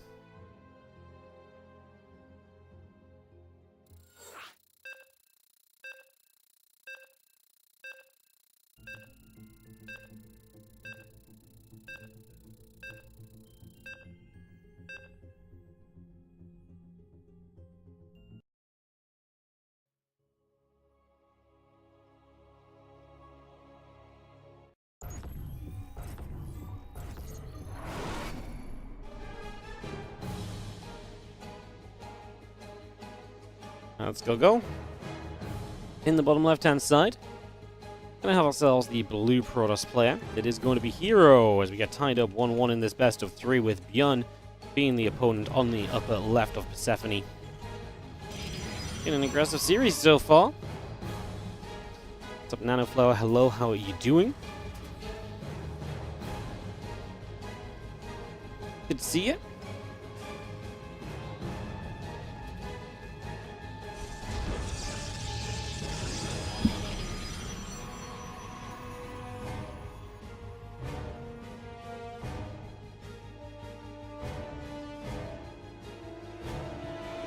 No proxy this game, so we are going to go a little bit more slowly at the start. Even the first game, obviously, we had the proxy barracks, so it has, like I say, been aggression, aggression, aggression out of ByuN. As the 1-1 scoreline sits here. Setting up onto this game 3, and we will just see the assimilator finishing up to the side. And Command Center building through, gateway coming up, and get that ready to rumble.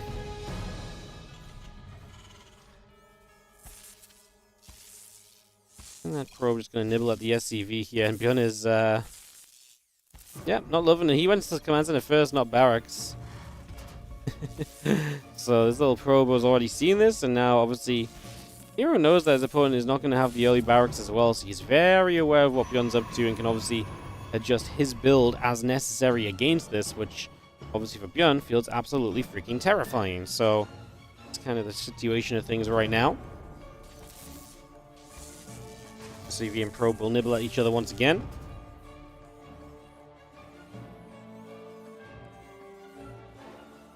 And the SCV just continue to chase. The Probe really is getting hunted around. CC finishing up very, very shortly. Get that done. And we'll get into this, the next step of this very soon. Like I say, see where we're going to take it over the next little bit.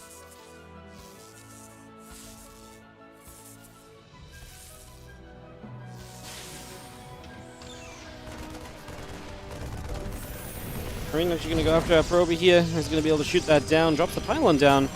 Trying to block the add-on or so for a few moments, so looks like Marine coming up anyway. We do have the gas from ByuN to add an add-on though, so actually that pylon is going to be a frustration for a little while at least, so actually is going to be effective, I suppose. So yeah, not a bad choice, I guess, in the end by Hero to do that. Falcon Tokaju, thank you so much, buddy. Appreciate the resub for the 63 months. Hope you're doing great. Thank you so much for the resub, as the Adept is going to shade out towards the upper side of the map, the reactor building into or onto that barracks right now as well.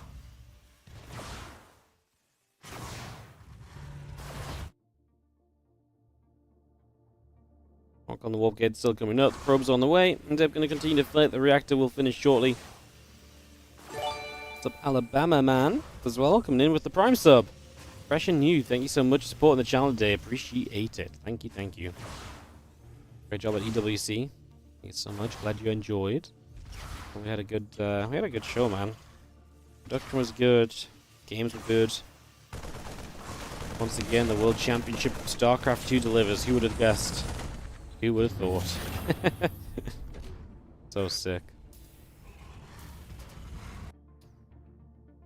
Here we're playing a Stargate, which is not typical, but I wonder if that's in part due to the opening he saw. As now he takes a gold base position for his third base, so going to get that set up in a very fun manner as well. Get that going immediately here.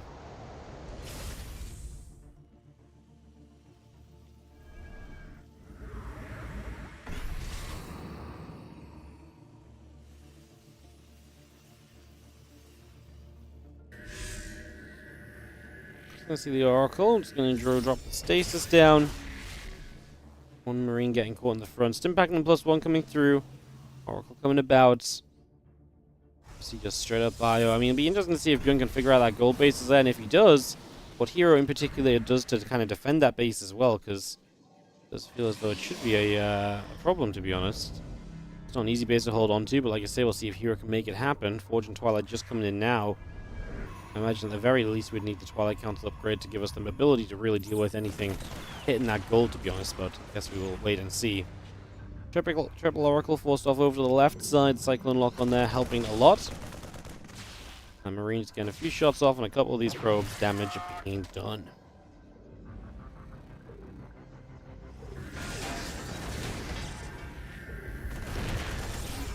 Stasis Swords continue to come down. One Marine getting caught in that stasis as well. It's just going to be captured straight away.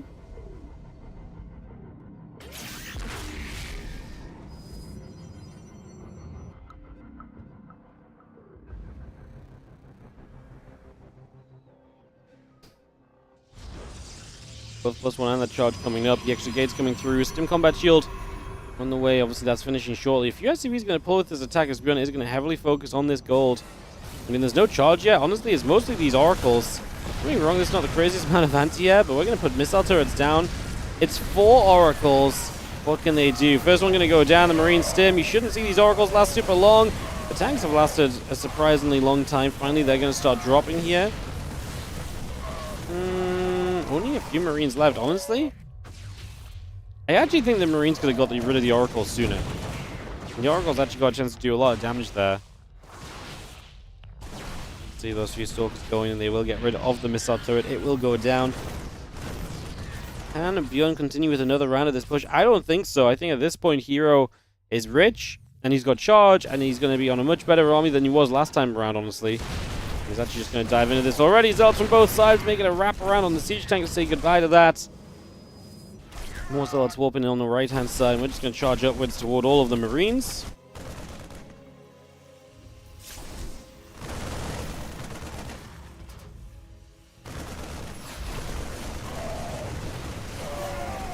He's going to fly a few of those Zealots. Still getting chased backwards. They go the other way. That's getting pushed away there. A couple of Stalkers coming through. Siege tank Marines continuing up. We charge in once again. A couple of Mules are going to pull forward. The Zealots still going down. 11 SCVs. Dead already. The Hero does look as though he's got enough to advance through into the semi-finals here today.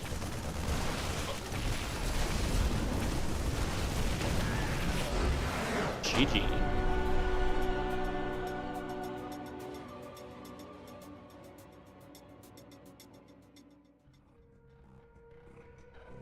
Alright, Hero 2, ByuN 1. VO3 wrapped up. And where are we at in the tournament? Hero Harstem. Harstem 2-1 Percival. Hero Harstem is going to be our semi-final. And we'll get that going straight away. I feel like it's going to be an all PvP top 4 today, isn't it? Nikarak playing Lemon right now to try and give us a non-Protoss in the round of 4. Ay, ay, ay.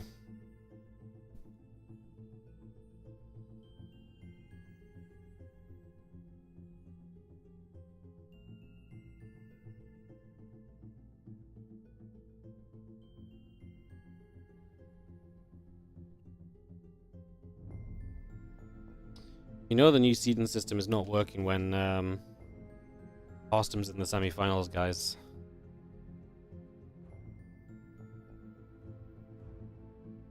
Ay, ay, ay. Unbelievable. Harstem in the semifinals for the first time in the history of... Is that actually true?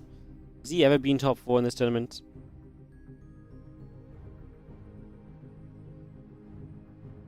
Harstem. Oh? He is on the WardiTV Monday's results page. As a commentator and as a listed stream. Nice. Well, I mean, he's present, just not in quite the right way. Alright, guys, we're gonna get this PvP started up in a moment or two. Harstem versus Hero. As soon as the guys are vetoed, we'll head into this Protoss versus Protoss and see what we get. No Clem today. No, I imagine Clem's traveling back from Poland. He played in Krakow yesterday. Maybe he got back early this morning or something, but I can't imagine he's wanting to play more StarCraft, man. Fresh out of EWC to Krakow, played in Krakow, came home. I think it's fair to take a day off or so, you know? It's alright. It's okay. It's allowed.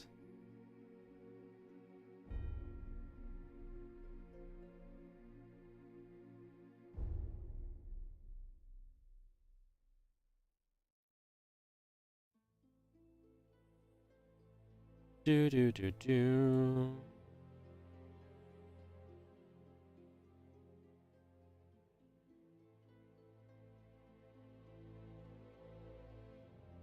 You have Harstem. That's 2 years start after the World Championships, right? The best part of the year of Harstem is it's never not the year of Harstem, so it doesn't really matter when we start the new year anyway. Like, we're already in it, you know?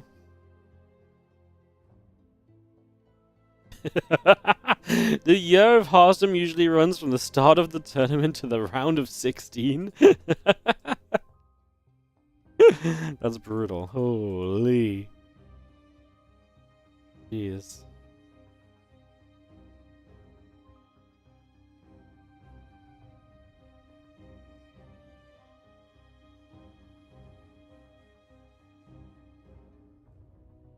Alright, these guys are vetoing, like I say, Lemon and Nicorrect are playing the round of 8. The winner of that plays MaxPax.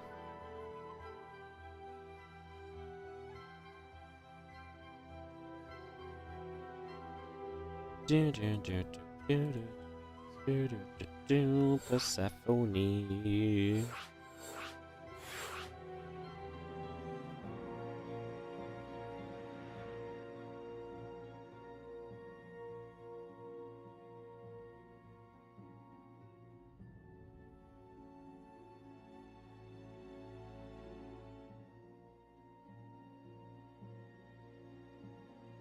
Alright, players, say ready. We're able to go. GLHFGG gets called.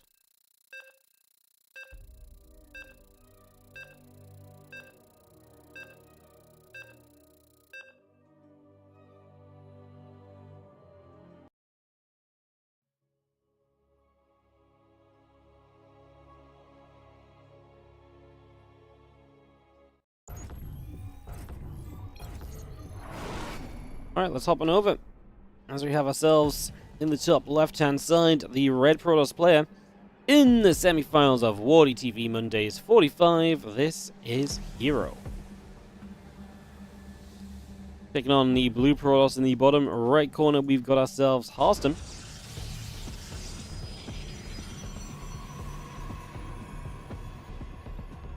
So we get up and running.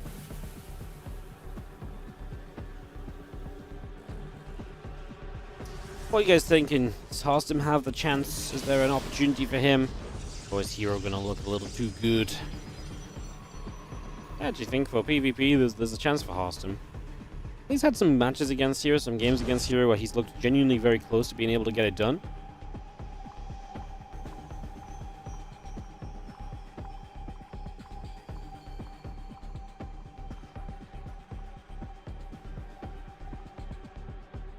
It's coming up, assimilators coming through. And ready for now.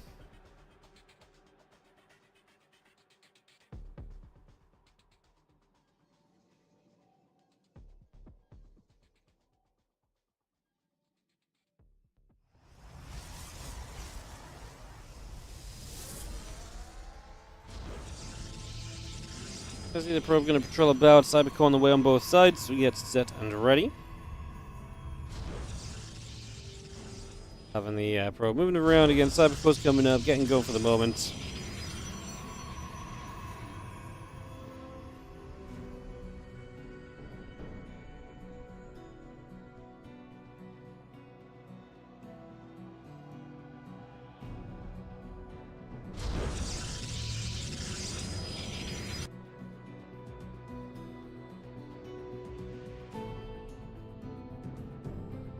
You're obviously choosing to just expand. Harstem says, I'm going to punish it. Pylon goes down. The proxy in will begin.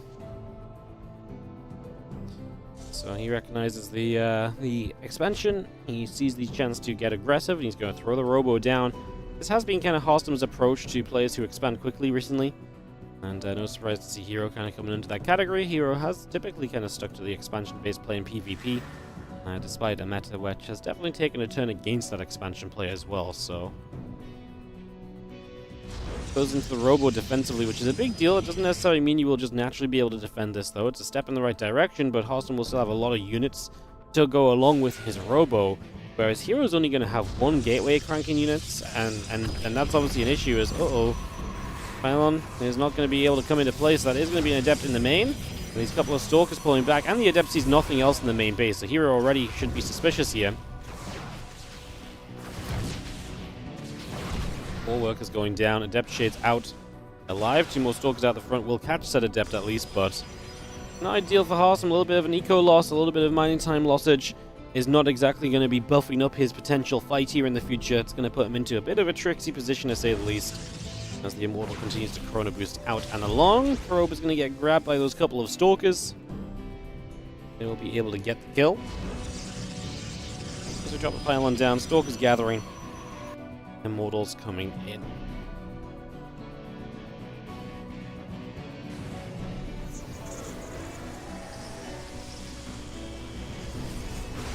Two Stalkers, the one Immortal stepping through. 2 Stalkers, Sentry Immortal defensively from Hero. On at this natural. 1 more Stalker coming in. The gateway in production. We'll see this robo facility getting the Prism up and ready to go as well. As units joining up and readying to push on forward. Stepping through to the front right from the very get-go now.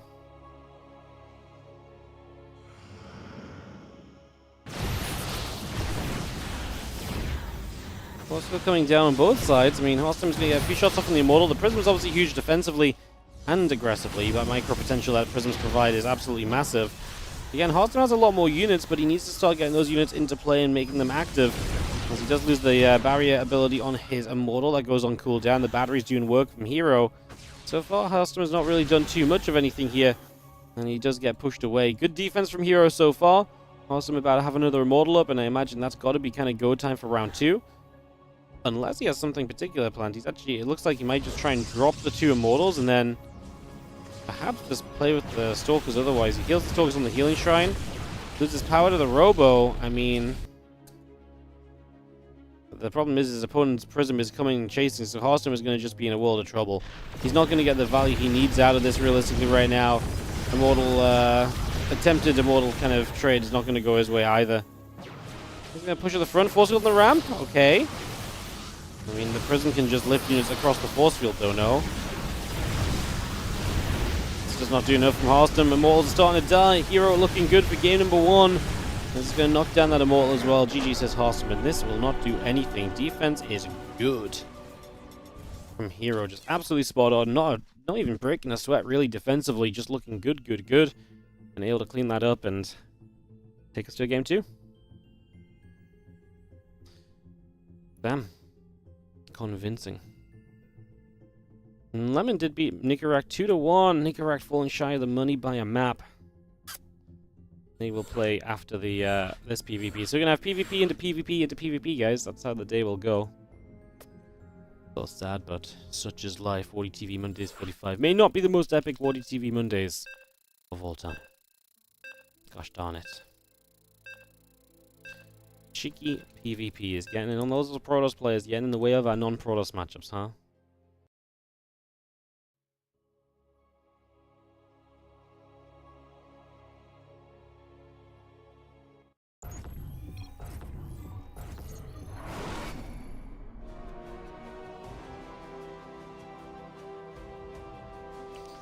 GL, HF, GG, says Harstem from the upper left-hand side. As he takes on Hero, who has the 1-0 lead in the series.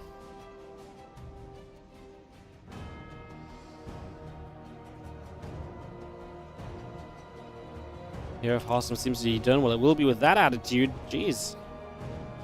Have some belief. Have some belief, have some hype, have some hope. Perhaps we are just starting.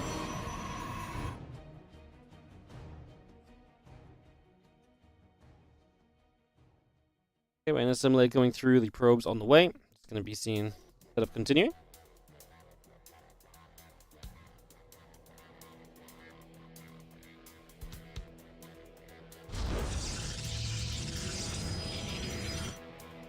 Again, next coming round, we get that ready to go.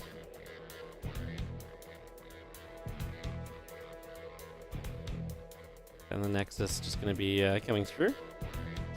More gates coming about. We get set up. I'll just have the probe coming across. A little probe getting a nibble. We have gateways coming about. So, expansion.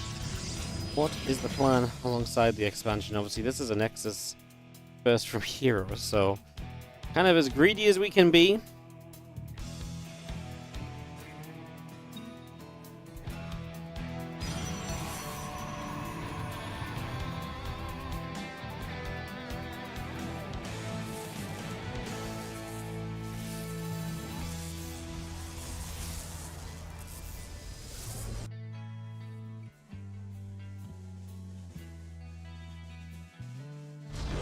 You've seen the the proxy's seen immediately, so Hero can really kind of pick and choose his defense against this right now.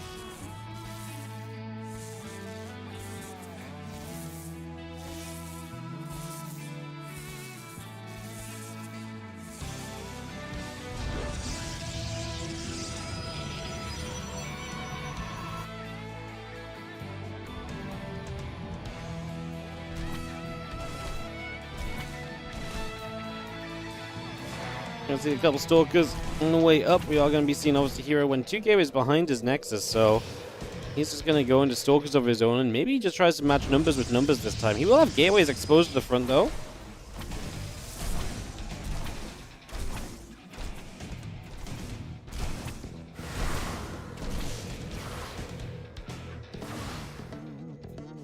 Good depths coming about.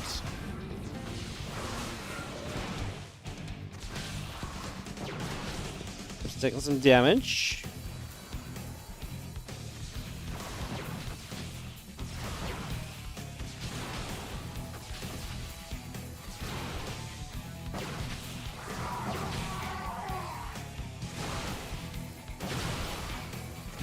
Stalker shooting, a couple more Stalkers taking damage already. Just gonna go bang, bang, bang. I mean, this is gonna be a funky little trade. We lose 2 deaths for 2 Zards and a Stalker. Now the Immortal out. And Harstem can begin throwing the pressure to the front. Again, I like Harstem getting here quickly because he's going to be able to really kind of start hitting those gateways, and that's going to be a problem. Hero does not have Warp Gate for a long time right now. Battery helping a lot. Extra Stalkers popping out, but Hero's also supply block currently. He will free up supply by losing the Stalkers, which, if there's a way to free up supply, that's probably not the way you want it to be going. And Immortal does go low, and the new Immortal should be here shortly to help us continue to push.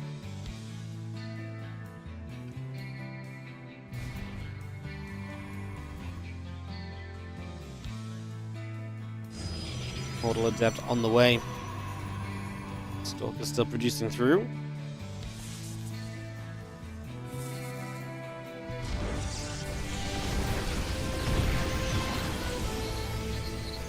Immortal gets pushed over that right-hand side. The probe in the main from Hero does see the force, the pylon, sorry, of Harstem that's in that main base, so sees that potential threat.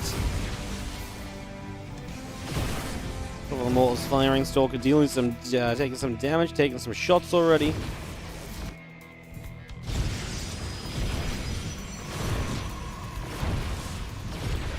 Gateway in the front will go down, so Gateway already falling. The 3 Immortals still joined up together there. Batteries in the background to try and help out. Harstem is obviously making progress. The 2 gateways going down, but how much further can he push against all those batteries? The Immortal being here Force fields the Immortal into the front. Does he have the damage output to kill that? Yes, he should. Immortal goes down. Great catch with the Force field from Harstem. And now he's actually making good progress. And he's going to warp in the depths of the main base. I don't know if Hero can really stop that right now. Do you have any way to trap that Immortal? Probably not. There's a fresh battery in the front we should just kill off before anything else. Because that feels like that's just going to make life a whole lot easier for you. That is what Harstem does in the end. Now the 2 adepts in the main base. Nothing to really deal with those. The probes will begin to fall. Harstem looks to be in a very good position, right? I mean, I'm not going to say it's unlosable, but it feels great at the moment. A lot of work is going down. That Immortal will go down as well. And yeah, I think we've just not got the battery energy to keep anything else alive really here as Hero. He's got 3, okay, he's got 3 full batteries on the left, but the 3 Immortals are just blasting. This Immortal running to the right side is not exactly staying near the batteries, right? GG called. Harstem ties it 1-1, and we will have a Game 3 coming up in this PvP semi-final today. Harstem Hero going the distance. Third map on the way in a second.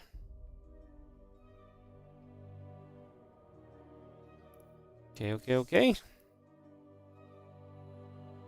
Get ready to go.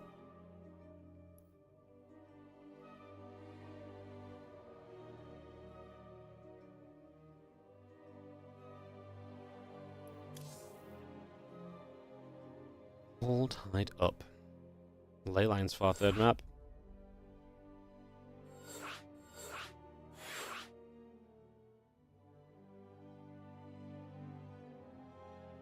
Ley lines for the third map. Ready, GLHF.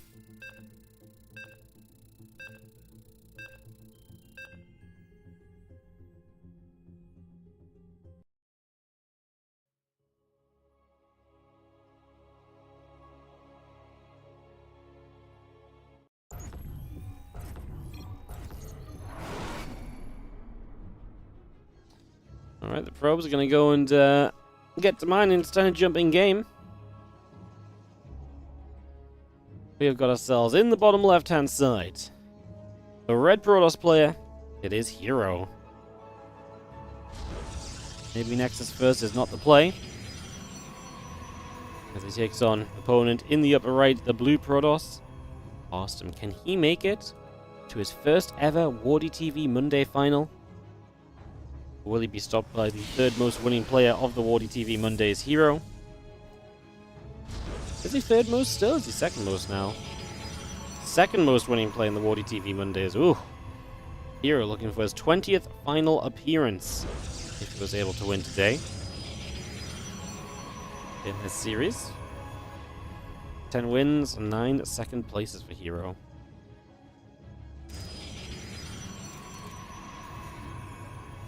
Lots of cheering in the chat for Harstem. Lots of hype for the guy coming through. No surprises there. Fan favorite.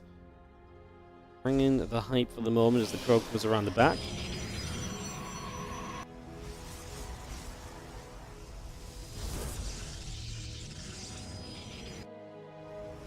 Couple gates coming up. Probes on the way in. Simulator coming through. You see the chrono boost on the Nexus for the moment.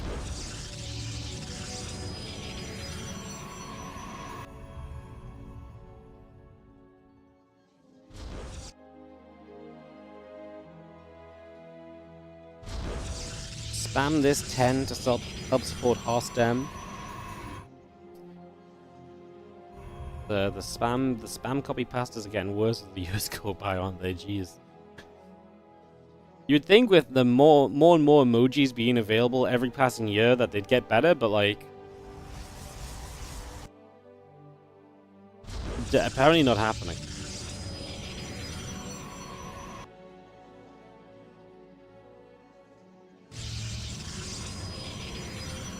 Well, Hero's playing 2 Adept Stargate versus the Proxy Robo this time of Harstem. You gotta feel like Harstem is walking into a setup this time from Hero, which Hero is going to be, I think, very happy with, right? I mean, Stargate gives you a lot of potential answers against the Robo. Obviously, Oracle can harass, and then the Phoenix can either lift units, hunt down a Prism, or the Void Drake could actually be a great defensive unit here as well. Oh, as Hero seeing the Robo facility, so he finds the Proxy. And now he gets to decide what he does off the Stargate as it finishes. Only has 100 gas or so right now. It's still going to go into the Oracle.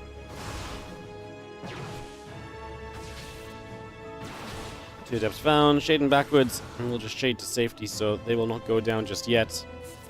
As Harstem Stalkers were chasing them. He just walked in 2 Zealots. I imagine he's trying to save gas for... Oh, he goes Robo now. Ooh. Oracle into Robo. Oh no, Harstem lets the Adepts in. It's a real shame because he's nowhere near with his units to defend this either. That's a major mistake because, like I say, this is obviously, you can just see 6 workers going down. It's going to be at the very least 7, realistically 8, I think. Oh, okay, battery finishes. That'll be the end. It's also going to delay Harstem's attack because now all these Stalkers are back on this side rather than attacking. So it gives you time here as hero. I was just about to say, Oracle into the Robo feels kind of risky, no? Because the Robo's going to take a while to come up. It does now start a Void Ray, but the Robo's finishing and Harstem's not even attacking yet. And that really is just the Adept distraction working in major favor of hero so far.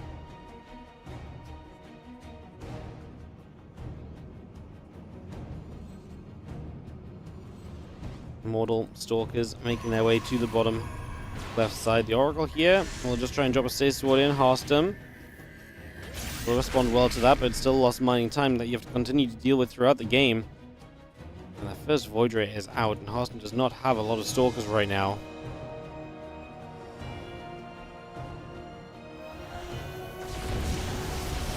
So fighting a little bit. Void Ray takes some damage. There is a battery on the high ground. Only 1 battery here from hero. So you could argue maybe that's not a lot. I mean, it isn't. Harstem will chip away at the structures at the front.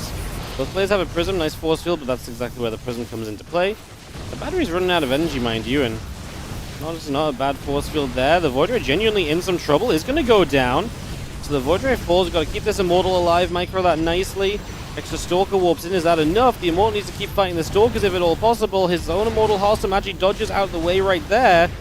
Harstem's doing a decent job of this. Does he have a reinforcing Immortal showing up? What is this? The Oracle that's showing up from hero. Harstem has to get out of there. I just saw the shadow on the screen. I was like, I've got no idea what's about to arrive. And it was the Oracle. Phoenix on the way as well is going to deny any further prism pressure. As Harstem, his second Immortal's back over here. Which is, it just never really showed up, no? Really felt as though he actually got very close to breaking through there. I can't imagine he didn't let the Adepts, and imagine he didn't get slowed. This might have really had some potential to work out. Now, I mean, it's still 1 base each. The problem is Harstem has to keep dealing with the Oracle, which is currently already successfully stasis warding. So you have to keep dealing with the Oracle, and you have to keep dealing with the fact that the opponent's also building Phoenix, so they have that opportunity, and your Robo is in the middle of the map, so your Robo's not exactly the best place it wants to be.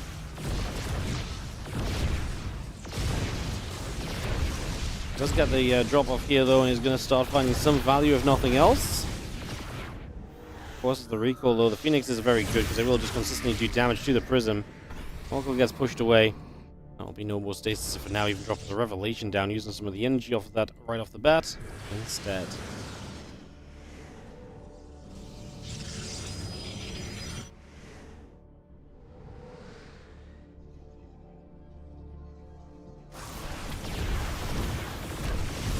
And that's the issue for Harstem. Like I say, his Robo just going to be exposed.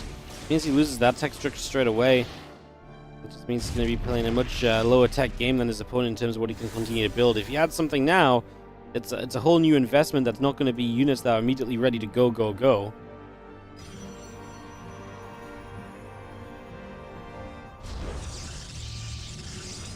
Harstem gets the Twilight Council started, which probably makes a lot of sense.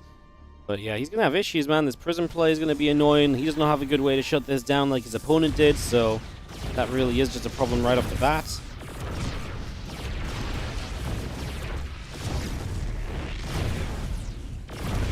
A couple more probes still falling down. The Stalker still showing up. It's going to push that Prism off over to that left side. Escape. Be forced away for now.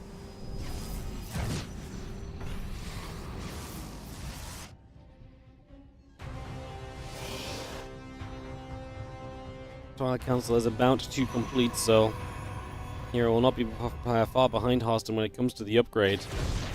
Harstem still just got to deal. I mean, again, he can't really deal with the Prism and the two Immortals well.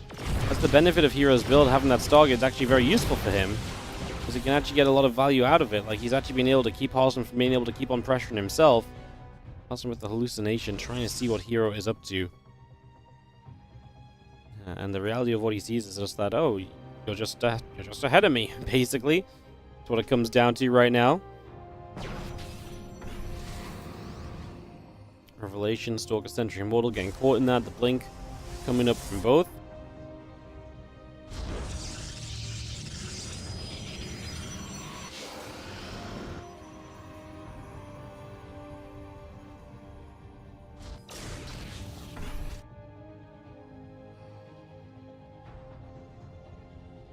Chrono boosting. As our Nexus will be cranking out a few extra workers already.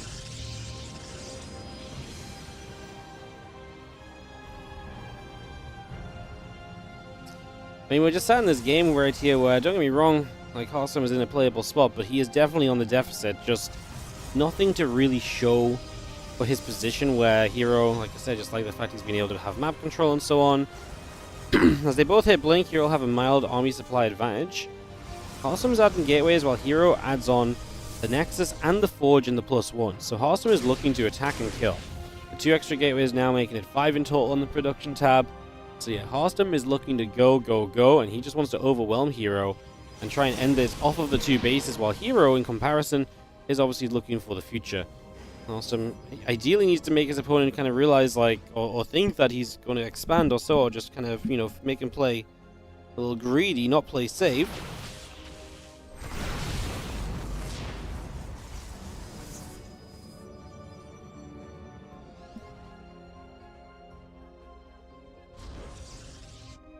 Still going to send you straight down to the bottom left side. Nation going down.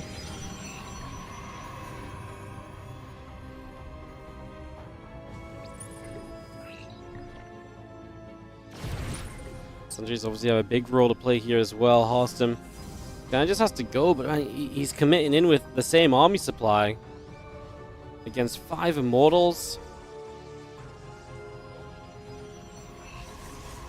The chances really are minimal. Force fields come down, fight begins. Harstem is going to go after the Prism, doesn't quite get that, so it will stay alive to keep on micro, and takes another hit, but doesn't go down, and now gets healed by the battery in the background. Harstem's 2 Immortals have been able to kind of whale away through this, but now they're getting targeted down. GG called, and Hero takes the 2-1 victory. In this best of 3, advancing to the finals to play either MaxPax or Lemon. For some reason, MaxPax and Lemon decided to start their games, guys. I didn't mention anything to them because MaxPax has been in the finals of this thing many, many a time, or the semifinals many, many, many a time, and he should know that. Well, I really thought he should just know to wait, but apparently he forgot. So here goes to the final. He will play MaxPax or Lemon there. We'll come back with that in a few moments, guys. I'll take a quick break. We'll come right back. More StarCraft finals probably on the other side.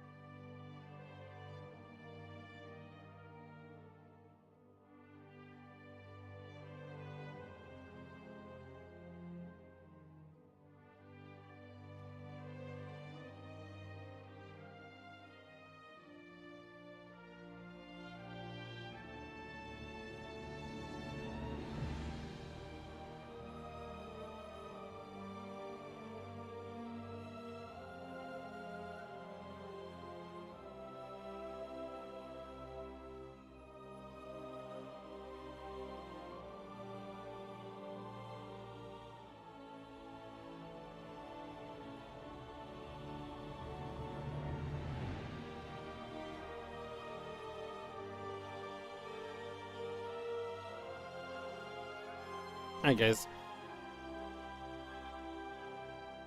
MaxPax and Lemon finished up.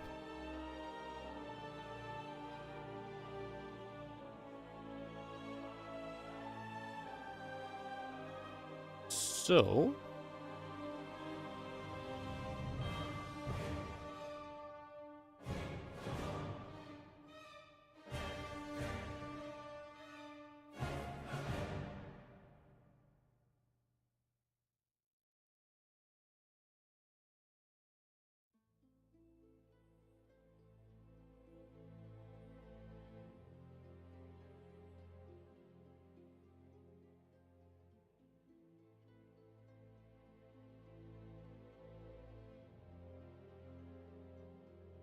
we're going to be getting ready to go into the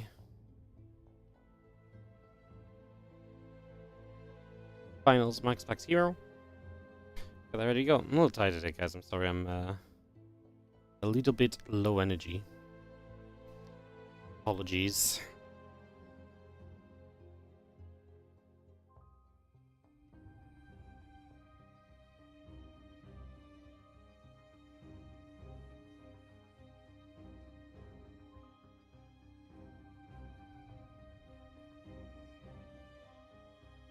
Mm-hmm.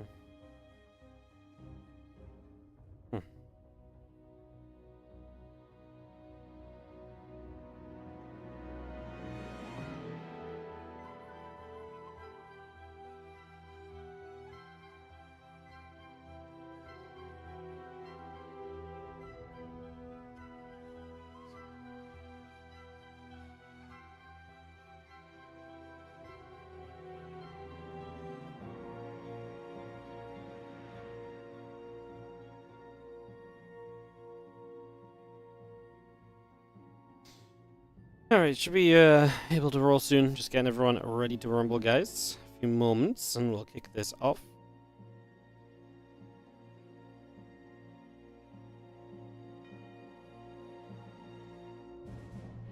Bum bum bum bada bum bum bum. Bum bum bum bum bum.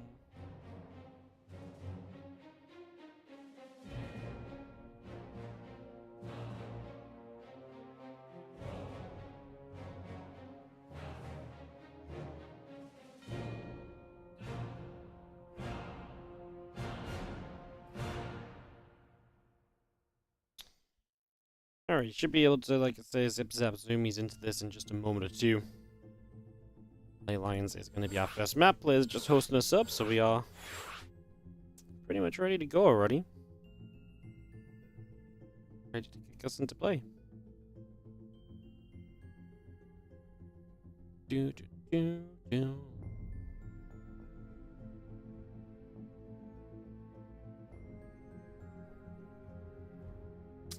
Alright, everyone's joined us. We should be able to go in a sec. Just waiting for Hero to get put into the player spot, and we can begin the rumble.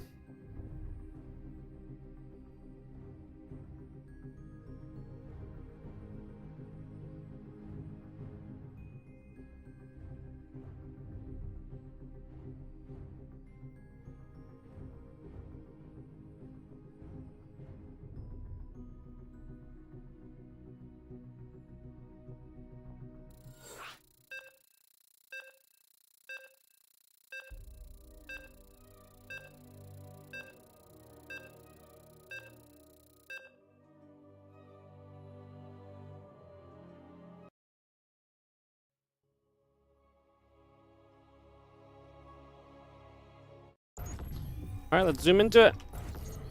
Finals time, as we have in the bottom left, Blue Protoss player MaxPax. It's a best of 5 here, as he's going to be taking on the Red Protoss in the top right-hand side. Hero, as we get into game 1 of this series.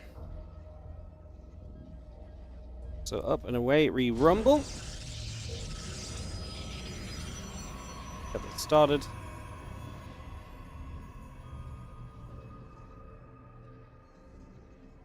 And away we go. What do you guys think? I'd love to hear your thoughts. MaxPax Hero. We've not got a chance to really see these guys play each other recently, so genuinely is kind of a a fun little time frame to see these guys go up against one another. I genuinely think this should be a pretty entertaining matchup, to be honest. So yeah, looking forward to seeing what the players bring us, what we get out of it, how everything is gonna go. I see the probe coming across down the bottom.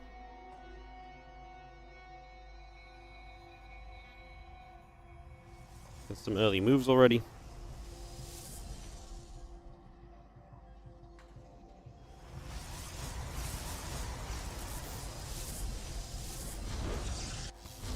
A little bit of scouting being done. Again, nothing too surprising off the very get-go here. And see the couple probes gonna fight against one another. Obviously, we could see some expansion versus expansion play here. Both have kind of lent into that lately, so that really is in the realm of possibility and things that we could see. So that should keep this kind of interesting and cool as well. So again, more things to think on as we get set up in the early few moments. Again, a little bit of action, probes making their way around one another for the first little bit. Stargate will come through.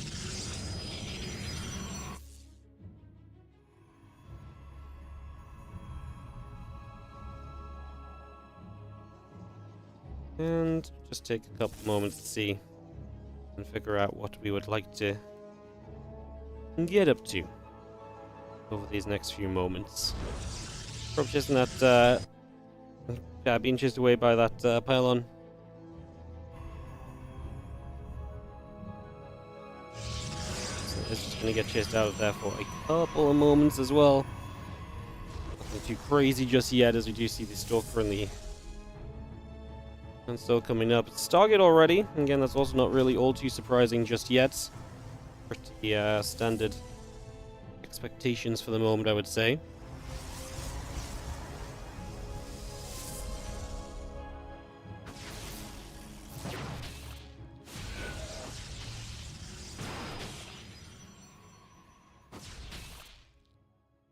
Adept is going to get a few shots off there, so a little bit of damage taken. A little bit of back and forth already coming through.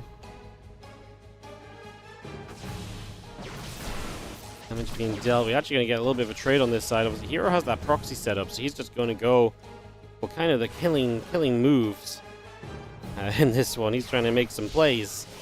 There's the TLDR right at the very start of this, so plays looking to be made as we come across the map. Fight here is going to be brutal, as we do see the Oracle with the Adept enough to actually get some of the kills on those probes. So that is actually going to be pretty darn effective. As the Adept and the Stalker together, keep on firing it up. A bit more damage being dealt.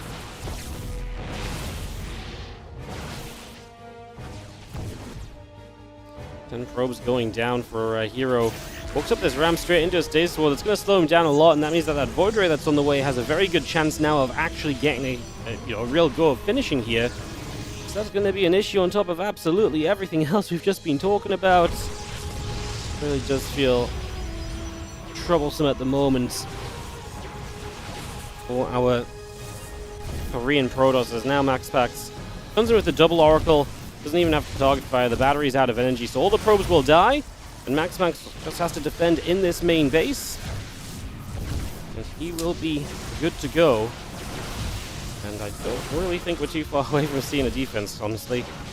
It's already looking as though this one is kind of hitting a little bit of a brick wall pretty quick. Probe's falling over. Stalker's still in some trouble. Stalker's going to try and fight once again. We will see one more Stalker warping in. Probe still getting pulled up to the front for now. This does feel like, I mean, Hero is kind of dead. New Voyager on the way through it. These four Stalkers, there's no economy left for Hero, so you cannot reinforce, you cannot bring more into this game. It is what he is working with, and that is it. Full stop. That is all. GG. Kind of expected. We knew it was coming. It comes through, and MaxPax takes the 1-0 lead. In this best of 5, well, no surprises already. Little bits of chaos coming through here between Hero and MaxPax. Pretty chaotic opening game. We got ourselves ready for game 2 in just a sec.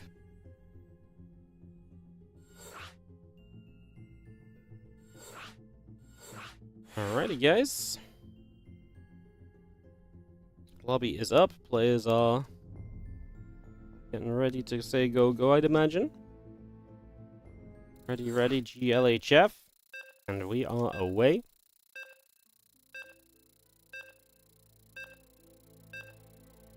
3, 2, 1. Countdown completes. We get into game. Heading to Pylon. Hope MaxPax wins. Hero kind of dominates him lately. It'd be nice to see MaxPax win one of these tournaments. It's genuinely been a long time since MaxPax won a WardiTV Monday, which I kind of forget about because he used to just win so many of these, but like it's actually been ages since MaxPax was able to get a win on one of these, so don't get me wrong, it's maybe not the most competitive lineup today, right? But I actually think we can look at this and say, come on, we can make something of this. Surely, we ask ourselves.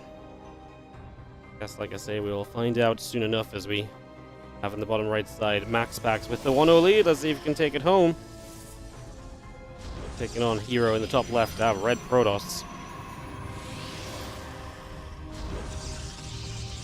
And what's seeming like it might be a bit of a quick WardiTV Mondays today, so it's okay, guys. We're getting back in the swing of things and everything. We've got European League throughout this week as well, which will be obviously very fun for us to wrap up, see how all of that goes. Very, very exciting as you just have that probe making its way top of the map.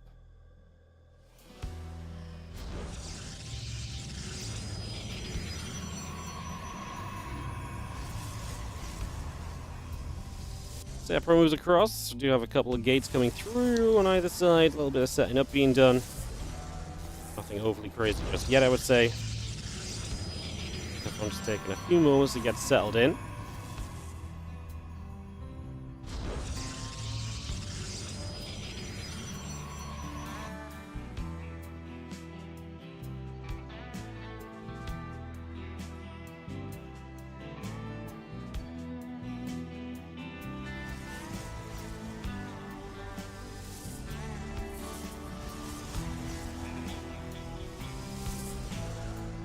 Scouting through. Some looks to see what's up. Trying to get an idea of what is going on.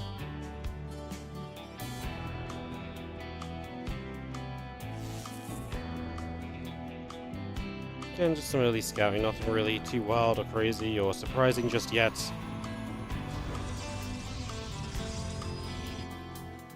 Pretty reasonable starting point for now. At the moment.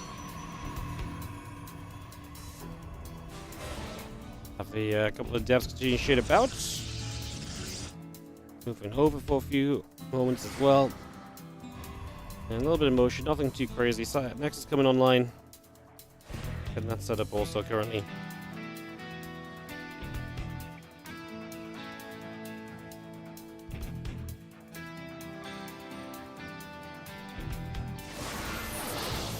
Well, Force coming down as Hero tries to press in here at first, so I'm going to be seeing those coming down as a little bit of a protection wave already. Just get those in position. Get those set up.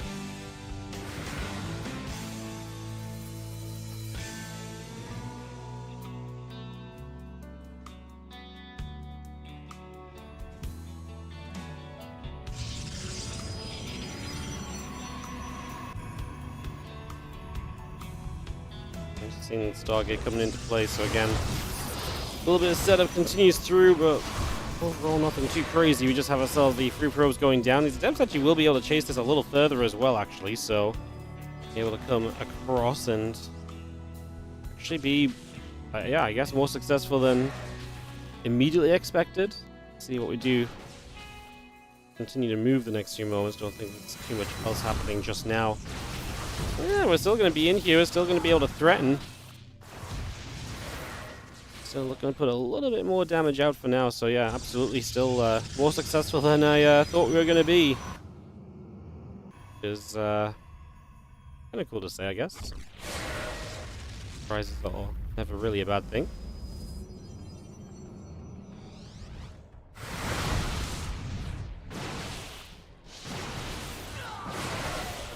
Couple of depths, obviously, still going to threaten. I mean, Hero has so many depths right now. This really is a heavy commitment.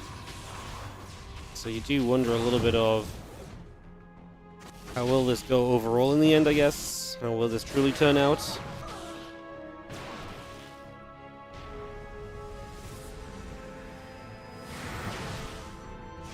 The Stalker's going to hit the depths there.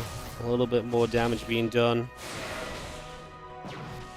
Raids just continue through. For now.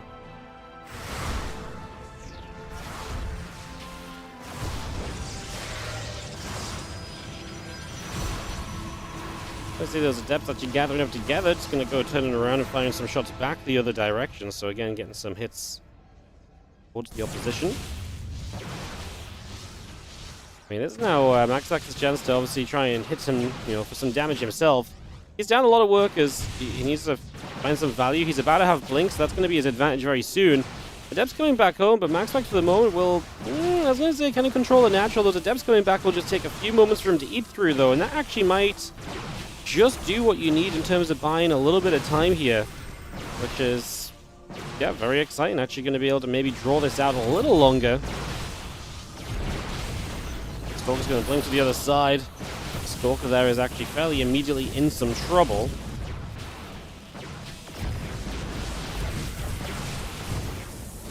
Let's continue to come back through. It's going down across the board.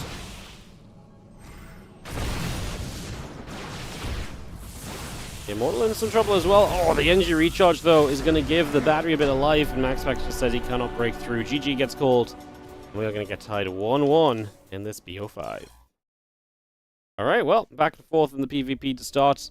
Kind of what you expect between these two a lot of the time, though, so not too crazy just yet. Let's look at our next game. Rolling onwards in just a second here. Get this ready to go. Alright.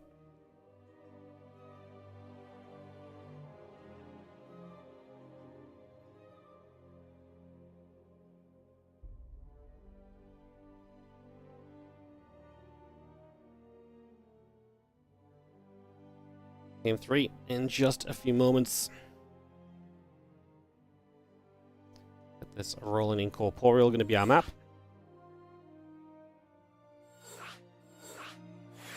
Get this hosted in. Ready, GLHF gets called.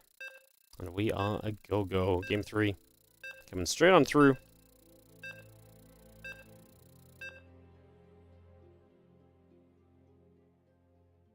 Heading game. Incorporeal.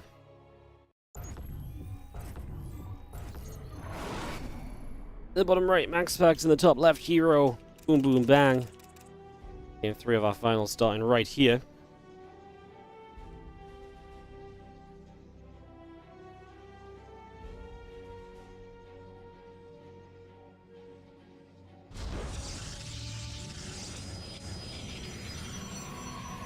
Looking to see what it is we can get up to. Be causing trouble? Maybe not. Let's see what happens.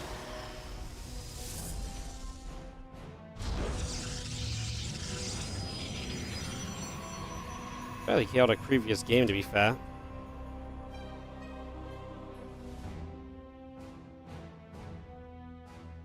Has been getting a little bit spicy.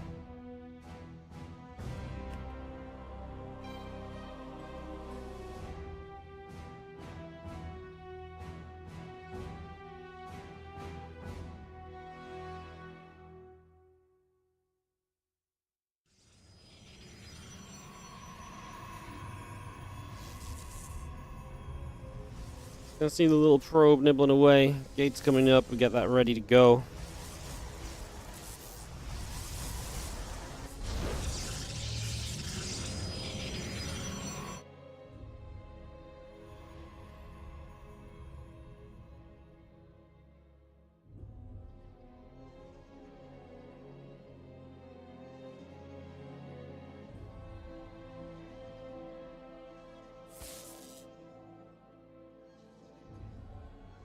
So a little bit of movement. Again, getting set, getting ready for now. Take a few moments.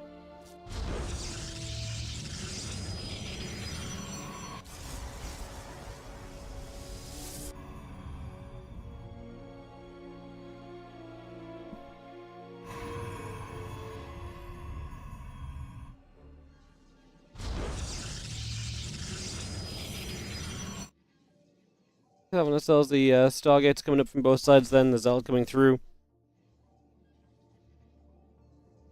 And the initial bit of building up taking place straight off the bat. Have that Stargate hidden, so we are going to get aggressive right off the bat as well, to be fair. So, aggression in that regard, as we just have a couple of shots coming through, damage being done.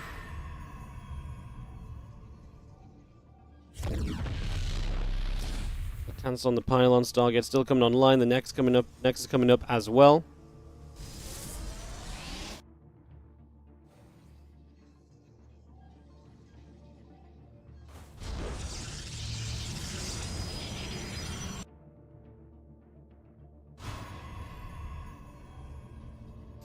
As the Oracles finish, obviously remember that Heroes is going to strike so much sooner, so it has got that kind of deadlier aspect to it. We'll be looking to get in here to make some plays happen. A couple of probes already beginning to go down.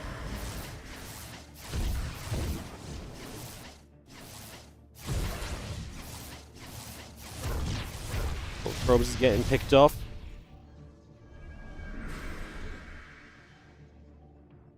The Oracle going to start turning around the other direction, so try and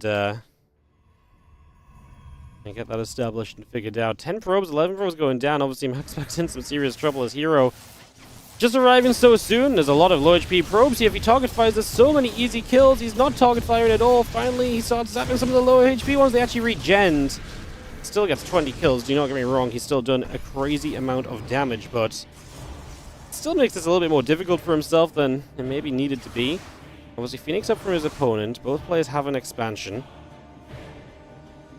Hero in a ridiculously good economic position.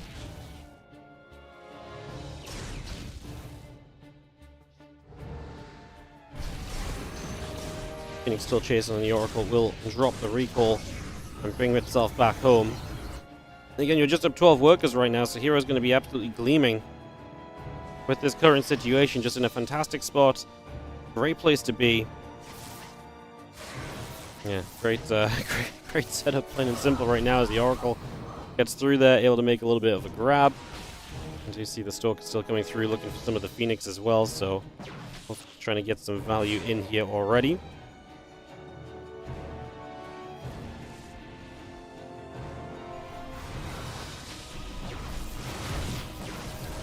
Gonna get one more pick off, and we are going to be seeing the Stalkers and maybe be threatening, and MaxPax just says he's too far behind, so he's not even going to give it a go. We're just going to GG out, and Hero is going to go up 2-1 in this best of 5, and just like that, we are playing with the verge of victory. So yeah, we will take a moment or two and get into ourselves a game number 4, and this best of 5 is steam rolling forward, to say the least. Steam rolling. We're waiting for our game to host. Be able to go. Tokamak is going to be our map. Let's do it.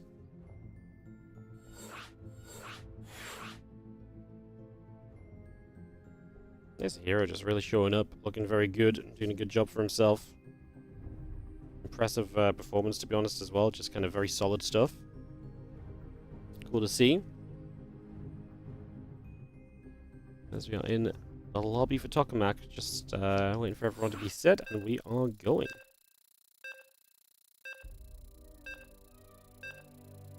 Going. So it begins. Our launch into Tokamak here.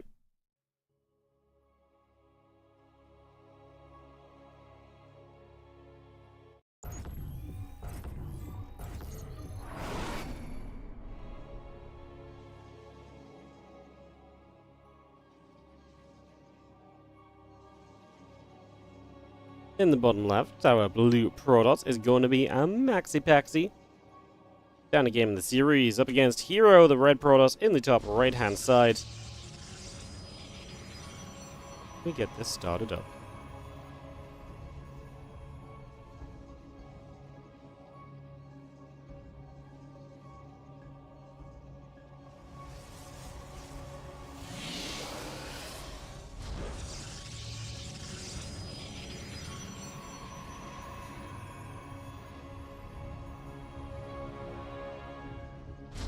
Alright, so gate coming through, assimilators coming online. We get this all settled in for a few moments already.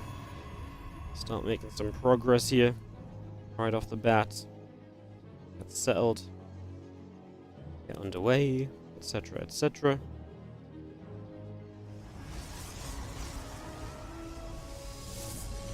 Yeah, we'll see where we take things. See what we do with them early on.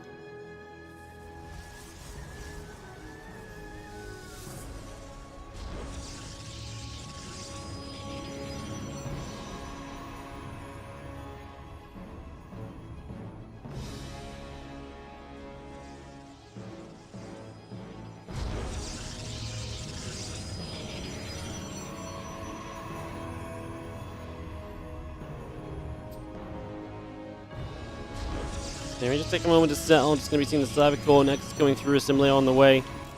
Have ourselves the, I mean, it's been an aggressive series overall. At the end of the day, we've seen a lot of attacking, a lot of aggression. It's been more aggressive than I thought it was going to be honest. I thought it was going to be a little bit more chilled out, actually, if I'm going to be completely honest with you guys, but has not been the case.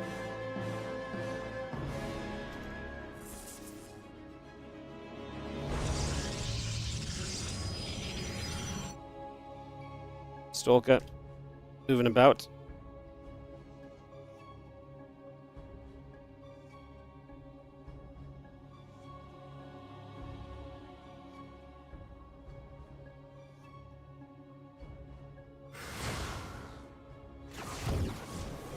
That gets that. Little kill goes down. Able to make that grab.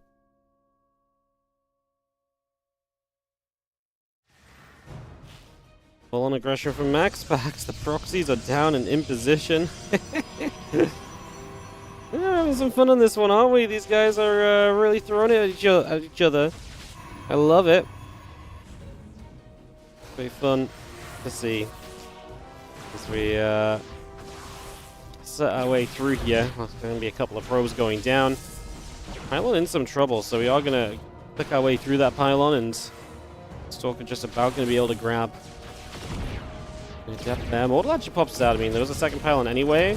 Not worth losing Stalkers over here, that much is for sure, but actually getting dangerously close to losing a couple already. Something to fix.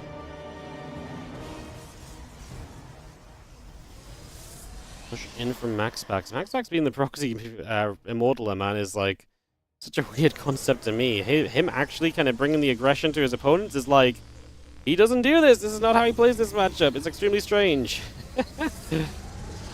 Energy recharge coming straight down. As you will see the Immortal in the gateway continue to produce through. Maybe seeing our force field coming down again. Battery is going to get picked off. Stalkers coming into play also. Immortal is going to be still taking some damage, taking a lot of shots actually, and Hero is going to lose it. New Immortal will begin to Chrono Boost, but MaxPax has got Hero in a spot here where Hero just doesn't really have the defenses ready at all. The lack of a Prism is obviously extremely irritating because you don't have that micro potential that everyone else has. Pylon goes down. Well, that's kind of the end of this. No, MaxPax should just win out from here. Hero has no unit production at the moment. The Immortal is super low, don't get me wrong, but even without the Immortal, I think we're kind of fine. You can probably still push up this ramp. Those Stalkers should be dying. Yeah, I mean, Warpins alone should be good enough. It doesn't even matter about everything else at this stage. As we do chase through, we're going to go after the pylon. Is it in time? Ooh, the Immortal pops out. If there was ever a dream, it would be with this Immortal. It's still not going to be enough. GG, and we go to Game 5. Alright, one final map coming up today. Last game of the day. Has been a bit of a storm of a series, guys. Or a storm of a day, actually. Just quick games. That's okay. Sometimes it happens like that. Sometimes that's how it goes. We're already up our game 5. MaxPax punishing someone for expanding. I never thought I'd see the day. It's genuinely kind of crazy because this does not happen a lot from MaxPax. It really, really doesn't.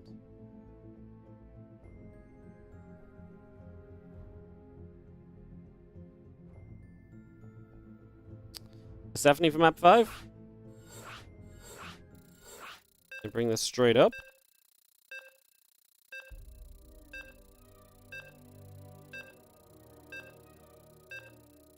And into it we go. MaxPax has not won one of these. This stat is crazy. He's not won one of these since January. Considering MaxPax won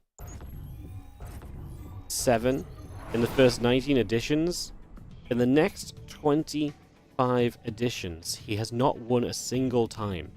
Which is wild because MaxPax is always up at the top of these events, but Hero stepped up, and MaxPax started to stumble more and more. Can he get it done today? Can MaxPax get his first win in a long time, or will it be all about Hero at the end of it? Going to be finding out very, very soon.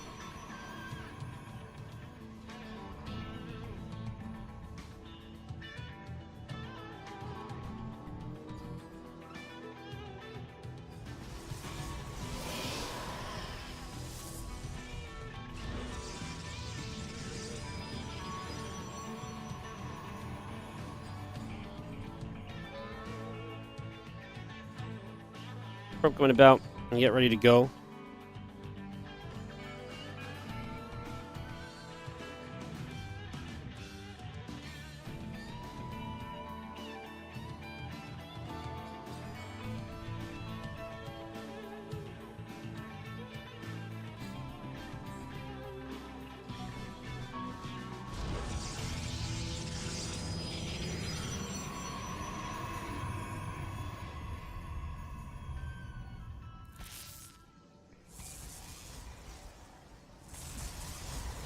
Full shot's going about, we get started right there.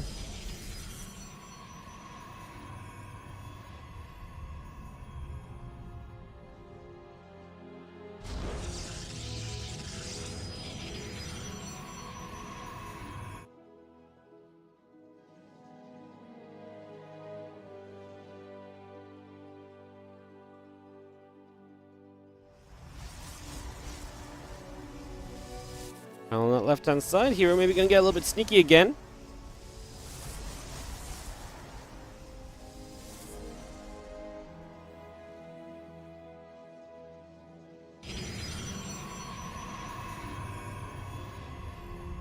Let's set up straight away. It's going to be having our Stargate coming into position. Both players going to play a Stargate here.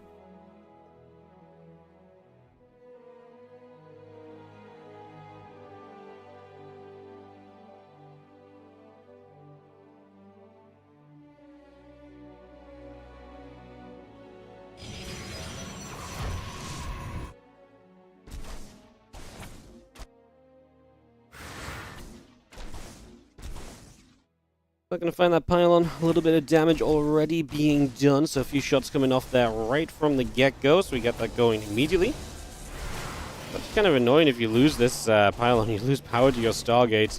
Stargate will live for the moment, will stay powered up. There's an Adept nearby. I don't know if the Adept could realistically kind of commit in and try and do anything though, so don't hate that it doesn't give it too much of a shot.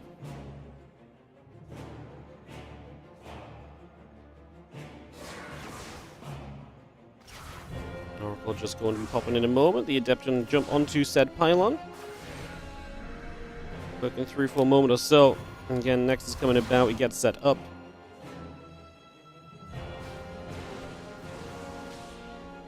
Seeing a couple of Adepts continuing to kind of poke their way around there. So again, damage being dealt just for now. We go through. Still going to go down. What a stasis ward! Oh my god. MaxPax's entire economy halted. His Hero is expanding to the gold base, by the way, because, well, it's Hero. Did you really expect anything more sensible from this guy? No, probably not, but still kind of fun to see. As that comes straight on booming through. And that all are rolling, and so that powers along for the moment.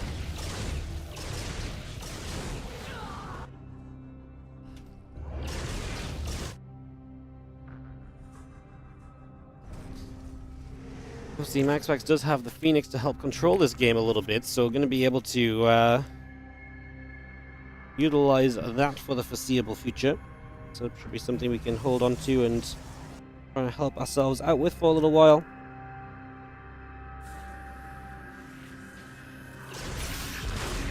Well, Revelation coming down already, going to put some work in. Not bad at all.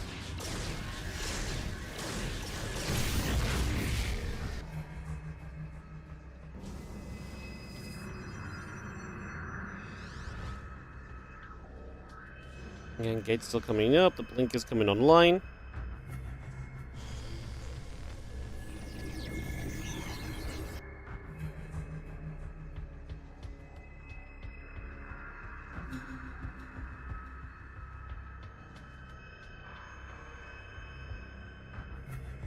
Having blink still coming about. Again, the robo facility setting up as well. Continue to come through for the moment. Just going to see the Phoenix coming by. They're going to go get a little bit of work done right here.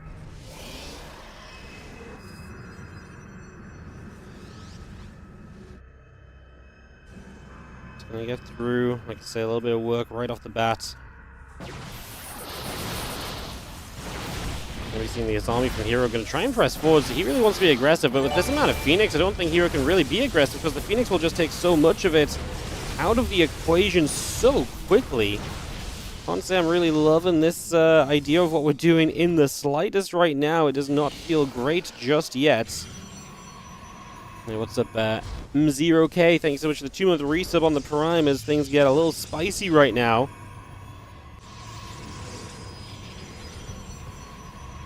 Yeah, in this game number 5, things definitely taking a moment to heat up a little bit, getting a little bit funky, a little bit wild. Okay. A little crazy. See where we go with it, although, as we settle ourselves for the moment. Hallucination's going to come through. They're going to try and be big. Hero will now have Blink to work with. Will that be enough to help him turn the tide of battle here as he goes blinking on in, so he looks to try and make something of this fight. The Immortal is not close enough, so MaxPax's Immortal is not helping him here. That is not going to be of aid right now, and that might be a major play, actually. That might actually go a long way to helping out at the moment, as yeah, we are going to start pushing back a little bit further, so a bit more damage able to be done for now.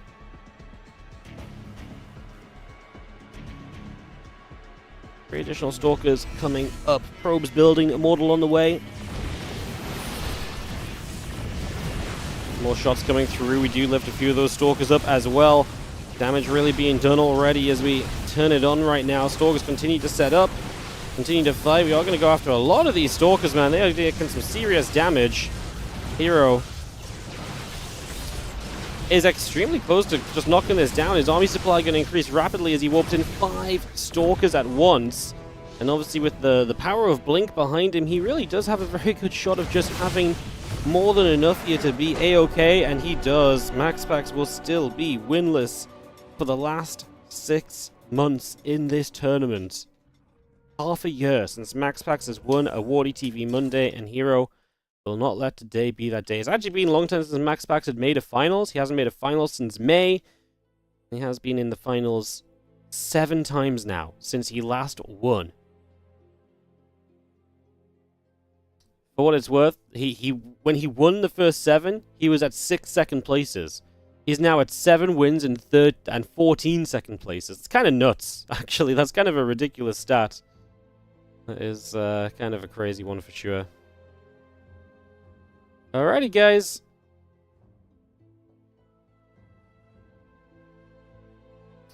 Hope you all had a good day. Thanks so much, Shepard PHX, coming in with the Prime sub to wrap us up. I'm going to go chill out a little bit. I hope you guys have a great rest of your day, and I'll be back tomorrow for WardiTV European League. I'll see you guys there. Thanks so much for watching. Congrats to Hero. I'll see you guys next time.